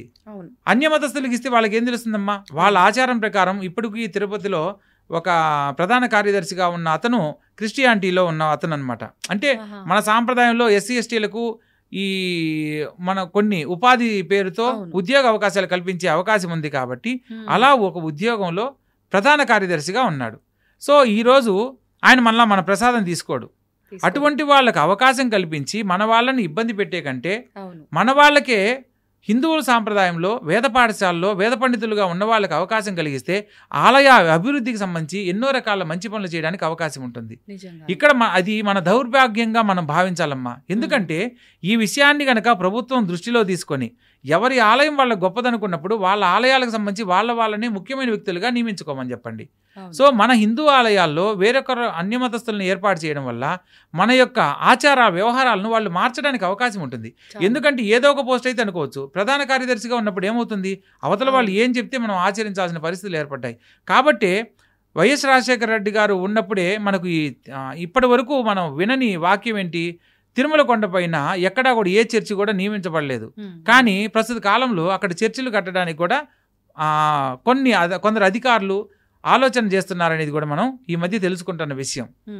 సో ఎవరికి సంబంధించిన వాళ్ళ ప్రదేశాలు వాళ్ళకు ఉన్నా కూడా మన హిందూ ధర్మానికి సంబంధించిన కొన్ని మనలో ఉన్న అవివేకత వల్ల అవతల వాళ్ళు దాన్ని ఉపయోగించుకునే ప్రయత్నం చేస్తున్నారు. ఇప్పటికైనా మన ధర్మాలని మనం కాపాడుకుంటూ మన ఆలయ సమృద్ధి కొరకు ఆలయాన్ని డెవలప్ చేసుకునేదానికి మన వాళ్ళకే ఉద్యోగాన్ని కనుక అందించినట్లయితే మన హిందూ ధర్మాన్ని కాపాడిన వాళ్ళం అవుతాం. కనీసం భావితరాలకు ఇప్పటి వరకు ఎన్నో రకాలుగా అనార్థాలు జరిగినా ఉన్న ఏదైతే నైతిక విలువలు ఉన్నాయో వాటిని భావితరాలకు అందించిన వాళ్ళం అవుతాం అనేది నా భావన అనమాట. ఇప్పుడు కొన్ని విషయాలకు చూసుకుంటే కనుక మనం ఈ దీక్షలో ముఖ్యంగా అండి కొన్ని భక్తితో చేస్తుంటే పర్లేదు కానీ కొన్ని మూఢనమ్మకంగా కూడా మారిపోతున్నాయి. అది కొంతమంది వల్ల, అది తెలిసి తెలియకుండానే. అంటే ఒక నార్మల్ సాధారణ మనిషిగా ఉన్నప్పుడు ఎన్నెన్నో చేసేస్తుంటాం, కానీ ఒక మాలలో దీక్షలో ఉన్నప్పుడు ఖచ్చితంగా మనం భగవంతుడి స్వరూపంలో ఉన్నాము అన్న భావనతో అయినా మంచి పనులు చేస్తే బాగుంటుంది. కానీ విచ్చలవిడిగా ప్రవర్తిస్తూ ఉంటారు. నోటికి ఎంత మాట వస్తే అంత మాట మాట్లాడేయడము, అక్కడికి వెళ్ళిన తర్వాత కూడా అంటే తోసుకోవడం కానివ్వండి, ప్రతి ఒక్కటి మీరు ఎన్నెన్నో చూసుంటారు మీ అనుభవంలో. నేను ఏం చెప్తున్నా కూడా మీకు అర్థమై ఉంటది. ఒకసారి వాటి గురించి. తప్పకుండా. ఇక్కడ దీక్షా నియమాలలో మనం సాత్విక ఆహారాన్ని గనక భుజించినట్లయితే మన ఆలోచన విధానం కూడా మారుతుందమ్మా. ఇక్కడ ఏమవుతుంది, అయ్యప్ప స్వామికి మంచిగా భోజనం పెట్టాలనే భావంతో రుచికరమైన వంటల్లో ఉల్లిపాయ వెల్లుల్లి వాడకూడదు. కొందరు పూజల్లో వాడడం వల్ల కానీ లేదా రుచికరమైన భోజనాన్ని అందించడం వల్ల కారాన్ని ఎక్కువ కారంగా తిన్నప్పుడు ఏమవుతుంది, నెమ్మదిగా మాట్లాడేవాడు కూడా ఖచ్చితంగా మాట్లాడడం జరుగుతుంది. దీక్షాధారణ నియమాలలో వీలైనంత వరకు మౌనాన్ని పాటిస్తూ భగవంతుణ్ణి ధ్యానిస్తూ మనం ఆ యొక్క జీవనాన్ని గడుపుతూ ఉండాలి. మనం భగవంతుని మీద భక్తితో ఈ దీక్షను ఒక ప్రామాణికంగా ఒక ప్రమాణం చేసి మనం ఆచరిస్తున్నాం. ఫస్ట్ తెలిసి తెలియక మేము చేసే తప్పులను క్షమించమని కోరుకుంటూ క్షమాపణ కూడా చెప్తున్నాం. అంటే మనం ఏ భగవంతునికైనా సరే నమస్కారం చేసుకుంటాము. సో ఉద్వాసన చెప్పేసి స్వామివారిని మరలా యథాస్థితి పరికల్పయామని చెప్తాం. కానీ ఇక్కడ స్వామి తెలిసి తెలియక నేను చేసే సకల తప్పులను కాపాడి రక్షించి కాపాడు తండ్రి అని చెప్పి మనం నమస్కారం చేసుకుంటాం. నమస్కారం ఆడ క్షమాపణ చెప్పిందంటే తెలియక చేస్తే దాన్ని క్షమించమని కోరడం, తెలిసి చేయమని కాదు. ఇక్కడ ఏమవుతుందంటే అయ్యప్ప స్వామి వారి దీక్షలో మామూలుగా అంటే ఇప్పుడు ఒక సీజన్ మాల్ లాగా అయిపోయిందమ్మా. అయ్యప్ప స్వామి వారి మాల ఖచ్చితంగా మండల కాలం మాత్రమే ధరించగలిగితేనే దీక్షధారణ చెయ్యాలి, లేకపోతే దీక్ష చేసుకోకపోయినా ఏం కాదు. ఇప్పుడు ఈ మండలం అంటే కూడా చాలా మంది 41, 42 అంటున్నారు. మరి అది అసలు ఎన్ని రోజులండి? మండలం అని అంటే 48 రోజులమ్మా. 48 ఎట్లా స్వామి మన 41 అంటున్నారు కదా, మీరు 48 అన్నారు, ఎలా దీన్ని నిర్ధారణ చేయడం అని అంటే ప్రామాణికం దానికి ఉంది. మనకు రాసులు ఎన్నమ్మా? 12 రాసులు. నక్షత్రాలెన్ని? 27. గ్రహాలెన్ని? 9. 12 + 9 + 27 మొత్తం కలపండి 48. దీన్ని గ్రహమండలం అంటారు. మనం ఈ భూమండలం మీద ప్రతి మనిషి గ్రహమండలాన్ని ఆధారం చేసుకుని జీవనం సాగిస్తున్నాడు. మనం పగలు వెలుతురు రాత్రి, మీకు ఒక పేరు నాకు ఒక పేరు, నాకు ఒక రాశి మీకు ఒక రాశి, గ్రహాలు రాశ్యాధిపతులు వీళ్ళందరూ ఆధారం చేసుకొని వాళ్ళ స్థితిగతులు తెలుసుకొని మనం జీవనం సాగిస్తున్నాం. గ్రహమండలాన్ని ఆధారం చేసుకొని మనం బ్రతికేటప్పుడు మండల కాలం అంటే 48 రోజులు. పూర్వకాలంలో ఏదైనా కూడా మండల కాలంలో మార్పు వస్తుంది. ఒక విద్యలో ఒక మంత్ర సాధన చేయాలంటే మండల కాలంలో సాధించవచ్చు. ఒక రోగి అనారోగ్యంతో బాధపడుతున్న వాడికి ఒక వైద్యం మండల కాలంలో నయమవుతుంది. ఏదైనా ఒక విద్య నేర్చుకోవాలనుకున్నా, ఒక మంత్రానికి సంబంధించిన పట్టు సాధించాలన్నా, ఏదైనా ఒక సిద్ధిని పొందాలన్నా మండల కాలంలో ఏదైనా సాధించగలం. అందుకని ఈ మండల కాలాన్ని 48 రోజులుగా మనకు తెలియజేయడం జరిగింది. కానీ 41నే పాటిస్తున్నారు. ఎందుకనంటే మనకు మహాలయ పక్షాలు 15 రోజులని పక్షం తీసుకుంటాం. కేరళ సాంప్రదాయంలో, మలయాళ సాంప్రదాయంలో వారం రోజులే వస్తుంది. అందుకని వారం రోజులు తీసేసి 41 రోజులనే మండల కాలంగా కేరళ సాంప్రదాయం ప్రకారం మనం మాలధారణ చేస్తున్నాం. కానీ పాటిస్తున్నాం కాబట్టి 41 రోజులు మండల కాలం అని అనుకుంటున్నాం. కానీ మండలం అంటే 48 రోజులు. 48 రోజులు దీక్ష తీసి 49వ రోజు నువ్వు ఇరుముడి కట్టుకున్నప్పుడు అది మండల దీక్ష పూర్తవుతుంది. అంతేగాని మాలలు వేసుకోవడానికి నాకు టైం కుదరదు స్వామి, నేను అర్ధమండలం వేస్తాను, నేను కాలు మండలం వేస్తాను, నేను 11 రోజులు వెళ్ళి ఇరుముడి కట్టుకొని నేను అయ్యప్ప స్వామిని చూస్తానంటే అయ్యప్ప స్వామి నిన్ను మాలేసుకొని రమ్మని అయితే చెప్పలేదు. కొంతమంది అక్కడికి వెళ్ళి కూడా ఇడుముడి కట్టుకొని స్వామికి సమర్పిస్తారు. అవునమ్మా, అది చాలా తప్పమ్మా. ఈ నియమాలు ఎవరైతే ఈ నియమాలను ఎప్పుడైతే పక్కన పెడతారో అప్పుడే ఆ మాలకున్న విశిష్టతను తెలుసుకునే అవకాశం ఉంటుంది. కొందరు గురుస్వామిగా ఉన్నవాళ్ళు ఎవరైనా సరే మాలధారణ చేయబోయే సందర్భంలో నువ్వు మండల కాలం దీక్షధారణ చేస్తానంటేనే నేను మాలధారణ చేస్తాను అని చెప్పి ఒక నియమాన్ని కనుక పెడితే ప్రతి ఒక్కరూ మండల కాలంలో సంపూర్ణంగా స్వామివారిని ధ్యానించి ఆ తర్వాత స్వామి దర్శనం చేసుకోవడానికి అవకాశం కలుగుతుంది. ఇప్పుడు ఖచ్చితంగా అంటే చాలా మంది 41 రోజుల దీక్ష అని అనుకుంటున్నారు కాబట్టి 41 రోజులు కాకముందే ఇక్కడ దీక్ష కంప్లీట్ కాకముందే ఒక 5-6 రోజులు ముందుగానే ఇరుముడి కట్టేసుకొని బయలుదేరి మిగతా యాత్రలన్నీ చేసుకుంటూ వెళ్ళి అక్కడికి వెళ్ళే వరకు కంప్లీట్ అవుతుంది అని అనుకుంటున్నారు. అలా చేయడం కరెక్టే అంట? తప్పమ్మా. మండల కాలం అని అంటే దీక్షను సంపూర్ణంగా పూర్తి చేసినప్పుడే అది మండలం అవుతుంది. మీరు మీ దగ్గర తినడానికి అన్ని రకాల వస్తువులు ఉన్నాయి, వండితే పదార్థం అవుతుందా, నా దగ్గర ఉన్నాయి అనుకుంటే పదార్థం అవుతుందా? వండితేనే పదార్థం. అంటే మనం పూర్తి చేయాల్సిందే కంపల్సరీ. ఇది బియ్యమే కదా తింటే అరిగిపోద్ది, ఇది పప్పు కదా తింటే పప్పు అయిద్ది అని అనుకుంటే కాదు కదా. కందిపప్పు పప్పు కాదు కదా, ఉడికించాలి, దానికి చేయాల్సిన ప్రాసెస్ ఉంటుంది. సో మన జీవితంలో మండల కాలానికి సంబంధించిన విశిష్టత తెలుసుకున్నప్పుడు దాన్ని సంపూర్ణంగా పూర్తి చేసినప్పుడే దాని ఫలితం లభిస్తుంది. ఇప్పుడు భగవంతుడిని కోరుకునేటప్పుడు కూడా భగవంతుడు చెప్పొచ్చు, నువ్వు మండలకాలం ఇలా చేసావు కాబట్టి నీకు 1 కోటి రూపాయలు ఇద్దాం అనుకున్నాను, నీకు 10 లక్షలు ఇస్తానని అంటే ఒప్పుకుంటాడా? ఏం స్వామి, నేను 10 రోజులైనా కరెక్ట్గా ఉన్నాను కదా స్వామి, నన్ను అనుగ్రహించు కదా స్వామి అని అంటాడు. సో మనకు కావాల్సిన ఫలితం పుణ్యం సంపూర్ణంగా కావాలి అని అనుకున్నప్పుడు భగవంతుణ్ణి ధ్యానించే విషయంలో మనం కొన్ని కారణాల చేత దాన్ని తగ్గించుకొని ఆరాధించమని చెప్పలేదు. నువ్వు కరెక్ట్గా దీక్షను ఆచరించడానికి అవకాశం ఉంటే కాదు, ఖచ్చితంగా ఉండేలా చేసుకుని చేయాలి. లేనప్పుడు నువ్వు నేరుగా పాదయాత్ర చేస్తూ స్వాములతో పాటే వెళ్ళి మాల లేకుండా స్వామివారిని 18 మెట్లు ఎక్కడానికి అర్హత ఉండదన్నమాట. మాలధారణ లేకుండా విడిగా కూడా మనం వెళ్ళి స్వామివారిని దర్శించవచ్చు. అలా ఇప్పుడు అయ్యప్ప స్వామినే దర్శించాలి అనే దానికి మాలధారణ అవసరం లేదు. మీకు ఒక సందేహం కలగాలి, అసలు మాలధారణకు ఇవన్నీ అవసరమా స్వామి, నాకు భగవంతుని మీద సంపూర్ణమైన భక్తి ఉంది, ఇవన్నీ ఎందుకు స్వామి, మాలలు, ఈ యొక్క రంగు బట్టలు, నల్లు బట్టలు, ఇవన్నీ ఎందుకు అని సందేహం కలగాలి.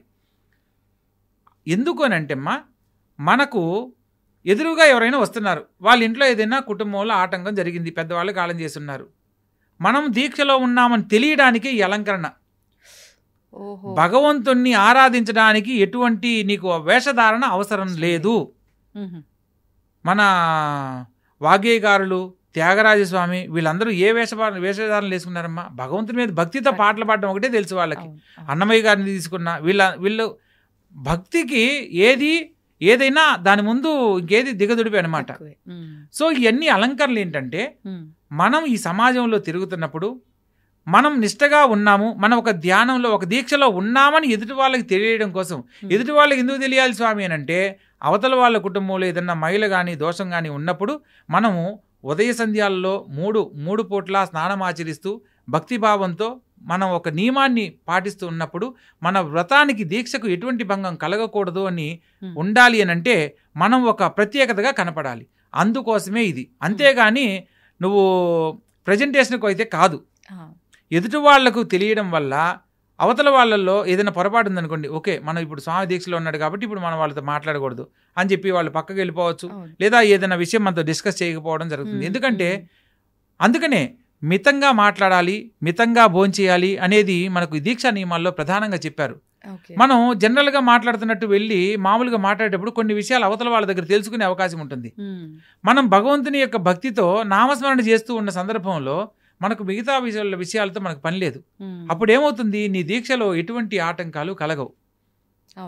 సో ఇక్కడ అయ్యప్ప స్వామి వారి దీక్షా నియమాలలో ప్రధానంగా పాటించవలసింది ఇవన్నీ వేషధారణలన్నీ కూడా కొన్ని ప్రామాణికంగా మన దీక్ష పూర్తయ్యేంత వరకు ఆటంకం కలగకుండా ఉండడానికి చెప్పడానికి ఒక సాంప్రదాయం మాత్రమే. ఇప్పుడు ఈ దీక్షలో ముఖ్యంగా నలుపు రంగు వస్త్రాలే ఎక్కువ చూస్తూ ఉంటాం, కానీ మనం ఇందాక మాట్లాడుకున్నప్పుడు మీరు చెప్పింది అక్కడ తెలుపు రంగు వస్త్రాలు కూడా ధరిస్తారని, ఇక్కడ కూడా కొంతమంది వేరే రంగు వస్త్రాలు ధరించడం కూడా మనం చూస్తూ ఉంటాము. అంటే ఎవరి ఇష్టం వచ్చినట్టు వాళ్ళు ఏ రంగు అయినా అలా వేసుకోవచ్చు. అట్లా ధరించడానికి అయ్యప్ప స్వామి మాలే అని పెట్టాల్సిన అవసరం లేదు. ఇక్కడ ఫస్ట్ అసలు ఈ దీక్షా నియమాలలో ఎంతమంది దేవుళ్ళున్నా ప్రామాణికంగా మొట్టమొదటిగా ఒక దీక్ష అనేది ప్రారంభమైంది అయ్యప్ప స్వామి వారి దీక్షకు సంబంధించింది. నల్ల బట్టలు ధరించే సాంప్రదాయం అక్కడి నుంచి వచ్చింది. ఆ తర్వాత ఇప్పుడు వెంకటేశ్వర స్వామి మాల, అమ్మవారి మాల, శివుడి మాల, వెంకయ్య స్వామి మాల, రకరకాలు ఏ దేవుడికి ఆ మాలలో పెట్టారు. ప్రతి దేవుడికి ఇరుముడి సాంప్రదాయం పెట్టారు. అది చాలా తప్పు. లేదు, ఇరుముడి సాంప్రదాయం అనేది అయ్యప్ప స్వామి వారి కథలో చెప్పబడిన ఒక అంశం మాత్రమే.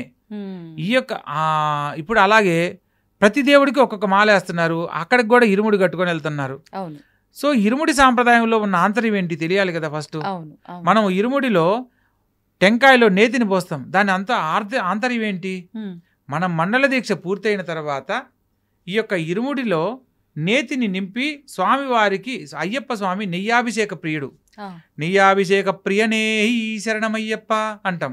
అంటే స్వామివారిను బాలమణికంఠుడిగా పట్టబంధాసనంలో ఆయన ఎటువంటి ఆ యోగ స్థితిలో ఎక్కడా కూడా నిస్సహాయతగా ఉండడనమాట. అంటే ఎంతసేపు కూర్చున్నా కూడా అలసట లేకుండా ఉండే ఆసనము పట్టబంధాసనం. మామూలుగా మనం ఇట్లా కాళ్ళు దొంతి కూర్చున్నప్పుడు ఆటోమేటిక్గా ఓపెన్ అయిపోతాయి, అంటే విడిపోతాయి, ఇట్లా ఫ్రీగా అయిపోతాం. పద్మాసనం వేసుకొని ఎక్కువసేపు కూర్చోలేం. అటువంటప్పుడు పట్టబంధాసనం అంటే ఇలా దొంతి కూర్చున్నప్పుడు కాళ్ళకి ఒక పట్టబంధం ఉంటుందన్నమాట. అది ఆ మోకాళ్ళ దగ్గర అది కట్టినప్పుడు కాళ్ళు విడిపోవు, నువ్వు అలా ఎంతసేపు అయినా కూర్చోగలవు. సో పాతకాలంలో ఏదైనా పెద్దవాళ్ళు ఒక గ్రామ సభలో జరిగేటప్పుడు పెద్దవాళ్ళు ఇలా కూర్చొని రెండు చేతులు కట్టుకొని కూర్చుంటారు. వాళ్ళు ఎంతసేపు 3 గంటలు కాదు 5 గంటలు కాదు ఎంతసేపు అయినా కూర్చునేవాళ్ళు. సో అలా చేతులు పట్టుకొని కూర్చోకుండా చిన్ముద్ర అంటారు.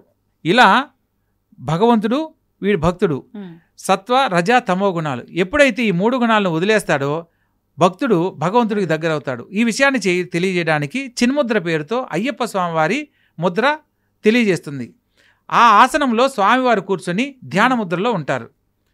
ప్రతి ఒక్కరు కూడా మీరు ఏదైనా ఒక పని చేస్తున్నప్పుడు ఇలా మీరు జస్ట్ మనసులో ఒక పనిని సంకల్పంగా చెప్పుకొని మీ మనసులో ప్రశాంతంగా ఒక 5 నిమిషాలు 10 నిమిషాలు మనసులో మీ కోరికను మనసులో తలుచుకొని ప్రశాంతంగా కూర్చుంటే ఆ పనిలో ఎక్కడా ఆటంకం లేకుండా పూర్తవుతుంది. అదే చిన్ముద్ర. మీరు ఏదైనా మనసులో ఉన్న సంకల్పం ఏదైనా నెరవేరుతుంది, అంత విశిష్టత కలిగిందనమాట. కాబట్టి ఆ స్వామివారు అలా ఆసనంగా కూర్చొని మా సమస్త భక్తజనుల యొక్క కోరికలు తీర్చే స్వామిగా మనకు ఆరాధ్య దైవం అయ్యాడు. సో అటువంటి స్వామివారిని మనం దర్శించేటప్పుడు కొన్ని నియమ నిబంధనలు ఆచరించాలి. ఇక్కడ స్త్రీని కూడా మనకు 12 ఏళ్ల లోపల, అదే తను యుక్త వయసుకు రాకముందు లేదా పీరియాడిక్ ఇష్యూ అంటే మెచ్యూరిటీ అనేది తనలో ఈ ఋతుస్రావం అనేది ఆగిపోయిన తర్వాత మాత్రమే భగవంతుని దర్శించడానికి అవకాశం ఉంది అని ఒక నియమం కూడా చెప్పబడింది. ఎందుకంటే అయ్యప్ప స్వామి వారు ధ్యాన ముద్రలో ఉంటారు. ఈ యొక్క ధ్యానంలో ఉన్నప్పుడు బ్రహ్మచర్య వ్రత దీక్షలో మైల అనే దాని వల్ల తపోభంగం కలుగుతుంది. అలా కలగకూడదు అంటే స్త్రీ కూడా దీక్ష తీసుకోవచ్చు. కాకపోతే స్త్రీకి ఋతుక్రమం అనేది ఒక శరీరంలో ఒక భాగంగా వాళ్ళు ఒక సమస్యను ఎదుర్కొనేటప్పుడు ఈ యొక్క శబరి కొండలు కానీ నీలిమల కొండలు కానీ విపరీతమైన వేడికి సంబంధించిన కొండలు. సో ఏ స్త్రీ అయినా సరే తనకు ఋతుక్రమం అనేది ఒక సమయాన్ని పాటించే అవకాశం ఉన్నప్పటికి కూడా ఈ యొక్క కొండల మీద నడిచేటప్పుడు ఏ సందర్భంలో అయినా సరే వారి యొక్క శరీర ఉష్ణోగ్రత పెరిగినప్పుడు ఋతుస్రావం జరగడానికి అవకాశం ఉంటుంది. అప్పుడు మనం ఒక భక్తితో దీక్షా నియమాలను ఆచరిస్తూ స్వామివారి దర్శనానికి వెళ్ళేటప్పుడు అది అక్కడ దోషం అవుతుంది. కాబట్టి సో ఋతుక్రమానికి సంబంధించిన సమయంలో పూర్తిగా నిషిద్ధం చేయడం జరిగింది. అయ్యప్ప స్వామి వారి పూజలు ఎక్కడ జరుగుతున్నా, లేదా ఇప్పుడు నేను దీక్ష తీసుకున్నాను, నేను నా కుటుంబ సమేతంగా భార్య సమేతంగా కూర్చొని ఈ పూజను నేను అయ్యప్ప స్వామి పూజలో ఆమెకు కూడా అవకాశం కల్పించాలి. చాలామంది గురుస్వాములు అంటే కొందరు విషయ పరిజ్ఞానం అంటే అయ్యప్ప స్వామి వారి విశిష్టత తెలియని కొందరు గురుస్వాములు ఏం చేస్తున్నారంటే బ్రహ్మచర్య వ్రత దీక్ష తీసుకున్నప్పుడు భార్య కూర్చోకూడదని ఆమెను దూరంగా కూర్చోబెట్టి పూజ చేయిస్తూ ఉన్నారు. ఒక ఉదాహరణకు మనం సాధారణంగా జరిగే విషయం చెప్పుకుందాం. మన ఇంట్లో ఒక స్వామి మాలధారణ చేశాడు. ఆ స్వామికి ఉదయాన్నే పూజ చేసుకోవాలంటే ఇల్లు శుభ్రపరచుకోవాలి. శుభ్రపరచుకోవాలంటే ఆ ఇంటి ఇల్లాలు ఉన్నవాళ్ళు చేయాలి, స్త్రీ చేయాలి. వండి పెట్టాలంటే నైవేద్యం చేయాలంటే స్త్రీ కావాలి, లేదా మధ్యాహ్నం భోజనం కావాలంటే స్త్రీ చేయాలి. తనకి ఏం కావాలన్నా పూజకు సంబంధించిన వస్తువులు కానీ ఇంటిని శుభ్రపరుస్తూ ఇతను మండల కాలం ఉంటే మండల కాలం నువ్వు తలస్నానం చేసేదానికి నువ్వు దీక్ష తీసుకున్నావు. కానీ నీకోసం ఆమె నీకోసం తలస్నానం చేసి ఇంటిని శుభ్రపరిచి రెడీ చేయాలి. ఆమె ఏ దీక్ష తీసుకోకపోయినా ఇంట్లో నీకోసం అన్ని చేస్తున్నప్పుడు శబరిమల కొండను దర్శించే అవకాశం ప్రస్తుతం లేనప్పుడు పూజలు కూర్చునే అవకాశం కల్పించాలనేది మనకు శాస్త్రంలో చెప్పబడింది. సతీ సమేతంగా కూర్చొని చేస్తేనే అతనికి యాత్రా ఫలితము దీక్షా ఫలితం ఖచ్చితంగా లభిస్తాయి. అంతేగాని ఆమెను సపరేట్గా పెట్టి నువ్వు ఇక్కడ పూజ చేసి ఘనంగా నువ్వు 1,00,000 రూపాయలు 10 లక్షలు ఖర్చు పెట్టి పూజ చేసి నేను అంత గొప్పగా చేశాను 1000 మందికి భోజనం పెట్టానంటే ఒక్కరికి పెట్టిన ఫలితం కూడా లభించదు. మనకు స్త్రీ ధర్మాలు కూడా వివరంగా చెప్పబడ్డాయమ్మా. మనువు స్త్రీ ధర్మాల గురించి తెలియజేశాడు. ఒక్కొక్క గురువు ఒక్కొక్క విధానంలో మనకు ఇన్ని తెలియజేసినప్పుడు స్త్రీకి సంబంధించినవి కొన్ని మనం ఆచరించినప్పుడు మాత్రమే ఆ యొక్క పరిపూర్ణత లభిస్తుంది. రాములు వారు యాగం చేయడానికి సీతాదేవి దంపసమేతంగా చేయవలసిన యాగానికి ఆమె లేదనంటే బంగారంతో ఆమెను తయారు చేసి ఆ యాగాన్ని పూర్తి చేయడం జరిగింది. అంటే కొన్ని గృహస్థ ధర్మాలు ఆచరించేటప్పుడు భార్యా సమేతనే చేయాలనేది శాస్త్రమే చెప్పినప్పుడు నువ్వు అవి లేకుండా చేస్తే చేసుకున్న ఏ దీక్షకు ఫలితం ఉండదు. సో ఇలా మనం తెలుసుకున్న ప్రతి ఒక్క అంశాన్ని పూర్తిగా తెలుసుకొని ఆచరించాలి. ఎవరో కొందరు గురుస్వాములు ఉంటారమ్మా, 5వసారికి నేను గురుస్వామిని అయ్యాను అని అనుకుంటే గురుస్వామి కాడు. ఇక్కడ అయ్యప్ప స్వామి దీక్ష తీసుకునే వాళ్ళకి ఒక్కొక్కరికి ఒక్కొక్క పేరు ఉంటుంది. 12 ఏళ్ల లోపల 11 ఏళ్ల లోపల కనుక దీక్ష ధారణ చేసిన మగపిల్లవాళ్ళను మణికంఠ స్వామి అని అంటారు. ఆడపిల్లలు కనుక వేస్తే కూచి స్వామి అని అంటారు 12 ఏళ్ల లోపున్న ఆడపిల్లలను. అదేవిధంగా మొదటిసారి దీక్ష తీసుకున్న వాళ్ళను యుక్త వయసులో ఉంటే కన్యాస్వామి అని అంటారు. కన్యాస్వామి అంటే మొట్టమొదటి స్వామి. అయ్యప్ప స్వామి వారి దీక్షలలో నువ్వు 30 సార్లు వెళ్ళిన వాడికంటే కూడా మొదటిసారి దీక్ష తీసుకున్న వాడికి ఎక్కువ ప్రాధాన్యత ఉంటుంది. ఎందుకనండి? అయ్యప్ప స్వామి వారికి చరిత్రలో మనకు కన్యాస్వామికి చాలా విశిష్టత కలిగినట్లు చరిత్రలో చెప్పబడింది. సాక్షాత్తు ఎప్పుడైతే మహిషి సంహారం జరిగిందో ఆ సందర్భంలో ఆమె శాప విమోచనం చెంది పుణ్యస్త్రీగా పూర్వజన్మలో లీలావతిగా ఆమె పూర్వరూపాన్ని దాల్చుతుంది. అమిత సౌందర్యవతి. అయ్యప్ప స్వామిని చూసి ఆమె మోహిస్తుంది. మోహించే సందర్భంలో అయ్యప్ప స్వామి ఏమంటారు, నేను మిమ్మల్ని పరిణయం ఆడాలనుకుంటున్నానని చెప్పి ఆ తల్లి అడిగినప్పుడు అయ్యప్ప స్వామి చెప్తారు, త్రిమూర్తుల యొక్క భార్య అంశలో మీరు జన్మించారమ్మా, మీరు నాకు మాతృ సమానులు అవుతారు, అది తగని పని అని చెప్పేసి చెప్పడం జరుగుతుంది. అయినా కూడా ఆమె కోరిక కొరకు, అంటే ఎన్నో భక్తులు ఏది కోరినా అనుగ్రహిస్తాడు అనేది ఈయనకున్న పేరులో ఆమె కోరిన కోరికకు అయితే ఒక షరతు మీద చెప్తాడు. ఎప్పుడైతే కన్యస్వాములు రాకుండా ఉంటారో అప్పుడు మాత్రమే నేను నిన్ను పరిణయం ఆడతానని చెప్పి చెప్పడం జరుగుతుంది. అంటే కన్యస్వాములు ఎప్పుడైతే రాకుండా ఉంటారో అప్పుడు పెళ్లి చేసుకుంటానన్నాడు కదా అని చెప్పి యాక్సెప్ట్ చేయడం, అంటే ఒప్పుకోవడం జరుగుతుంది. కన్యస్వాములుగా అయితే దీనికి ప్రామాణికం మనం ఎలా తెలుసుకోవచ్చు అంటే, అలుదా నదిలో అలుదామేడు కలిడంకుండ్రు మహిషి అక్కడ మోక్ష ప్రాప్తిని పొందింది ఎప్పుడైతే ఈ విషయాన్ని తెలుసుకుందో. ఈ కల్లిడంకుండ్రు అనే ప్రదేశంలో, కల్లిడం అంటే కళ్ళు అంటే రాయి, అక్కడ రాయిని తీసుకుని వచ్చి ఎక్కడైతే మహిషి సంహరించబడిందో ఆ ప్రదేశంలో ఆ రాయిని పెట్టాలి. ప్రామాణికంగా వచ్చిన సాంప్రదాయం ఇది. ప్రస్తుత కాలంలో అందరూ పెద్ద పాదం వెళ్ళడానికి కుదరదు. ఇది పెద్ద పాదంలో వెళ్ళే వాళ్ళకే తెలుస్తుంది.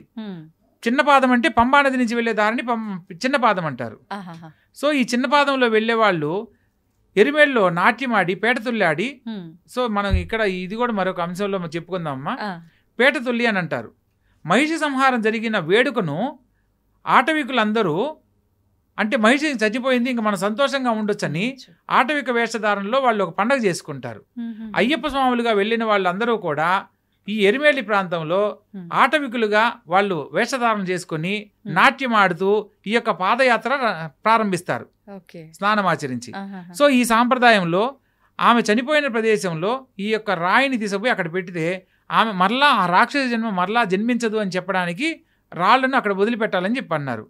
కానీ చిన్న పాదంలో వెళ్ళేటప్పుడు కన్యస్వామిగా వెళ్ళిన వాళ్ళు అయ్యప్ప స్వామి బాణాన్ని సంధించి, మణికంఠుడిగా బాణాన్ని సంధించి శరంగుత్తి ఉన్న చోట శబరిమలను దర్శించమని అక్కడ ఆలయ కట్టమని చెప్పాడు. కాబట్టి ఒక్కొక్క కన్యస్వామిగా ఉన్న వాళ్ళు ఒక బాణాన్ని కడతారు ఆ ఆటవికుడిగా ఉన్నప్పుడు. ఆ బాణాన్ని తీసుకొచ్చి శరంగుత్తిలో మనం ఏర్పాటు చేస్తే వాళ్ళు మొట్టమొదటిసారి వచ్చి స్వామివారిని దర్శించుకున్నట్టు. సో అంటే కన్యస్వాములు వచ్చారు రాలేదని తెలియడానికి ఒక సాంప్రదాయం. ఓకే, అలా చేస్తేనే అలా వచ్చినట్టు లెక్క. కన్యస్వాములు మాత్రమే ఆడ బాణాలు గుస్తారు. ఇంకెవరు రెండోసారి మూడోసారి వాళ్ళు చేయడానికి అంటే లేదు. ఇప్పుడు వెళ్ళిన ప్రతి కన్యస్వామి అలా చేస్తున్నారు. ప్రతి స్వామి అలా చేస్తారు, చెయ్యాలి, అది రూల్. అందుకే అంటే ఒక దగ్గర 10 మంది చేరి అయ్యప్ప స్వామి దీక్ష తీసుకున్నారంటే ఖచ్చితంగా ఒక కన్యస్వామి ఉండాలని ఆలోచిస్తూ ఉంటారు ఎక్కువగా. అవునమ్మా, ఇది దాని వెనకాల దాని వెనకున్న ఆంతర్యం ఇదే. అయితే ఇక్కడ కన్యస్వాములు మనం ఫస్ట్ లో చెప్పుకున్నప్పుడు కన్యస్వామి ఎక్కువ కష్టాలు పడతాడనే విషయం కూడా చర్చుకున్నాం.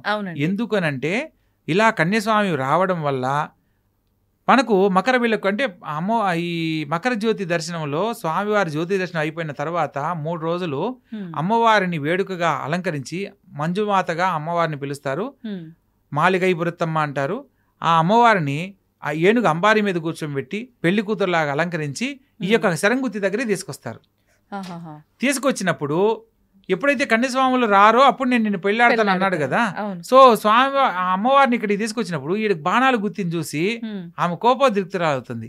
ఆ అమ్మవారి రూపంలో ఉన్న ఏదైతే విగ్రహం ఉందో ఆ విగ్రహంలో ఉన్న ఆత్మ ఏనుగులోకి ఆవహించి ఏనుగు కళ్ళు ఎర్రగా మారడము, ఆ సందర్భంలో ఆ బాణాల గుంపునంతా చెల్లా చెదరు చేయడం జరుగుతుంది.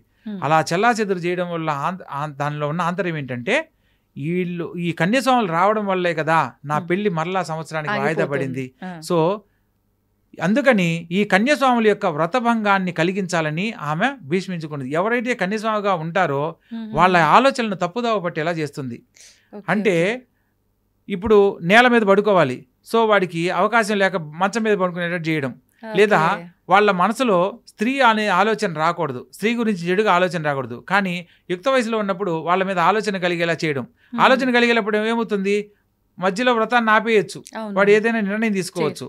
సో ఇటువంటి ఆలోచన గురుస్వామి ఆధ్వర్యంలోనే నిద్రించాలి అని చెప్పేసి చెప్పిన నియమం కూడా అదే. గురుస్వామి పక్కన ఉన్నాడు అనుకోండి, ఇవన్నీ ఆలోచనలు కలగవు, పక్కన గురువు ఉన్నాడని, ఒంటరిగా ఉండకూడదని చెప్పేది అందుకే అనమాట కన్యస్వాములను. సో కన్యస్వాములు ఆచరించిన విధానాలను కొన్ని తెలియజేయడం జరిగింది. ఆలోచనలు మాత్రమేనా, ప్రమాదాలు కూడా జరుగుతూ ఉంటాయా ఇటువంటి ప్రమాదాలు అంటే అవి వాళ్ళు చేసిన కొన్ని పరిస్థితుల కారణంగా జరుగుతాయి. కానీ భగవంతుణ్ణి ఆరాధిస్తే మరణమే సంభవిస్తుందంటే ఎవరు మాలల జోలికి కూడా వెళ్ళరమ్మా. నేను పలానా చోటికి మొక్కున్నాను పోయాను, అట్లా వెళ్ళిన దగ్గర నుంచి నాకు బాగలేదని అంటారు. అది మీరు చేసిన పొరపాటు వల్ల జరిగింది, కానీ అయ్యప్ప స్వామి వాళ్ళ దీక్ష వల్ల కాదు. ఇప్పుడు దీక్షా నియమాలలో మనం తప్పు చేస్తున్నప్పుడు మనకు ప్రతి విషయం మన మనసు చెప్తూనే ఉంటుంది, అరే నువ్వు ఇలా చేయడం తప్పు రా అని. అప్పుడే నిర్ణయం తీసుకున్నప్పుడు ఆ సమస్య నుంచి బయటపడే మార్గం కూడా ఉంటుంది.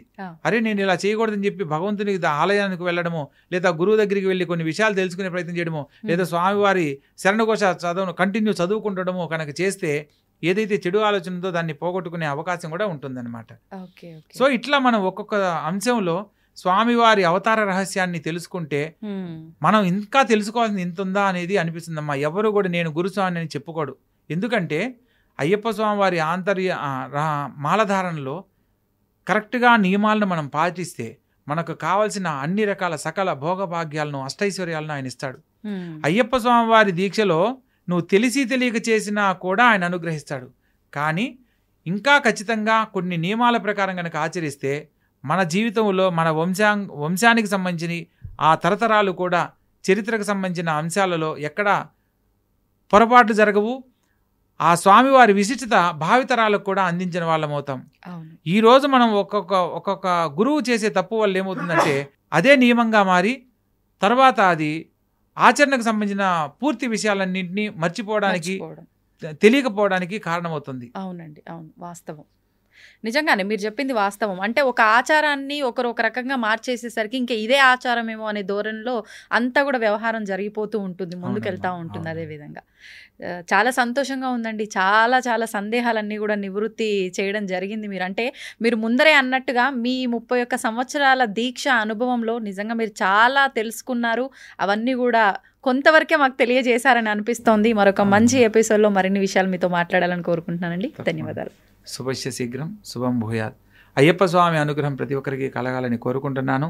ఇక్కడ అయ్యప్ప స్వామి వారి దీక్షలో చివరిగా తెలియజేయవలసిన విషయం ఏంటంటే, చాలామంది కన్యాస్వాములను కొద్దిగా ఇబ్బంది పెట్టడం, భోజన సమయంలో మీరు ఇంతే తినాలి పెట్టినంత తినాలని ఇబ్బంది పెడుతూ ఉంటారు. కొందరు గురుస్వాములు అంటే మీరు చెప్పేది నేనేది నాకు తెలుసు నియమాలు అని కన్యస్వాములు గురువుల్ని మాట్లాడడం అనేది చేయకూడదు. దీనికి ఒక చిన్న పాట రూపంలో కూడా చెప్పడం జరిగింది. గురుస్వామి మాటలను మీరు మీరరాదయ్యా, గురుస్వామి మాటలను మీరు మీరరాదయ్యా, కన్యసాములను మీరు గేలి చేయరాదయ్యా, పేదవారు కాని ధనవంతులైన గాని నియమనిష్టలన్నీ మెలగాలి భక్తి భూని అని చెప్పడం జరిగింది. అంటే మనం దీంట్లో చిన్న పెద్ద తారతమ్య భేదాలు ఏదీ లేకుండా అయ్యప్ప దీక్షలో అందరూ సమానమనే భావంతో ప్రతి ఒక్కరిని ఎదుటివారిని అయ్యప్ప స్వామిగా భావించి స్వామి అని సంబోధించాలి. ఎదుటివారితో మాట్లాడే సందర్భంలో వినయంతో విధేయతతో మాట్లాడాలని నేను వినయంగా తెలియజేస్తున్నాను. అయ్యప్ప స్వామి వారి ప్రతి ఒక్క దీక్ష చేసిన ప్రతి ఒక్కరికి శుభం కలగాలని మనస్ఫూర్తిగా కోరుకుంటూ సర్వే జనా సుఖినో భవంతు. శుభం భూయాత్.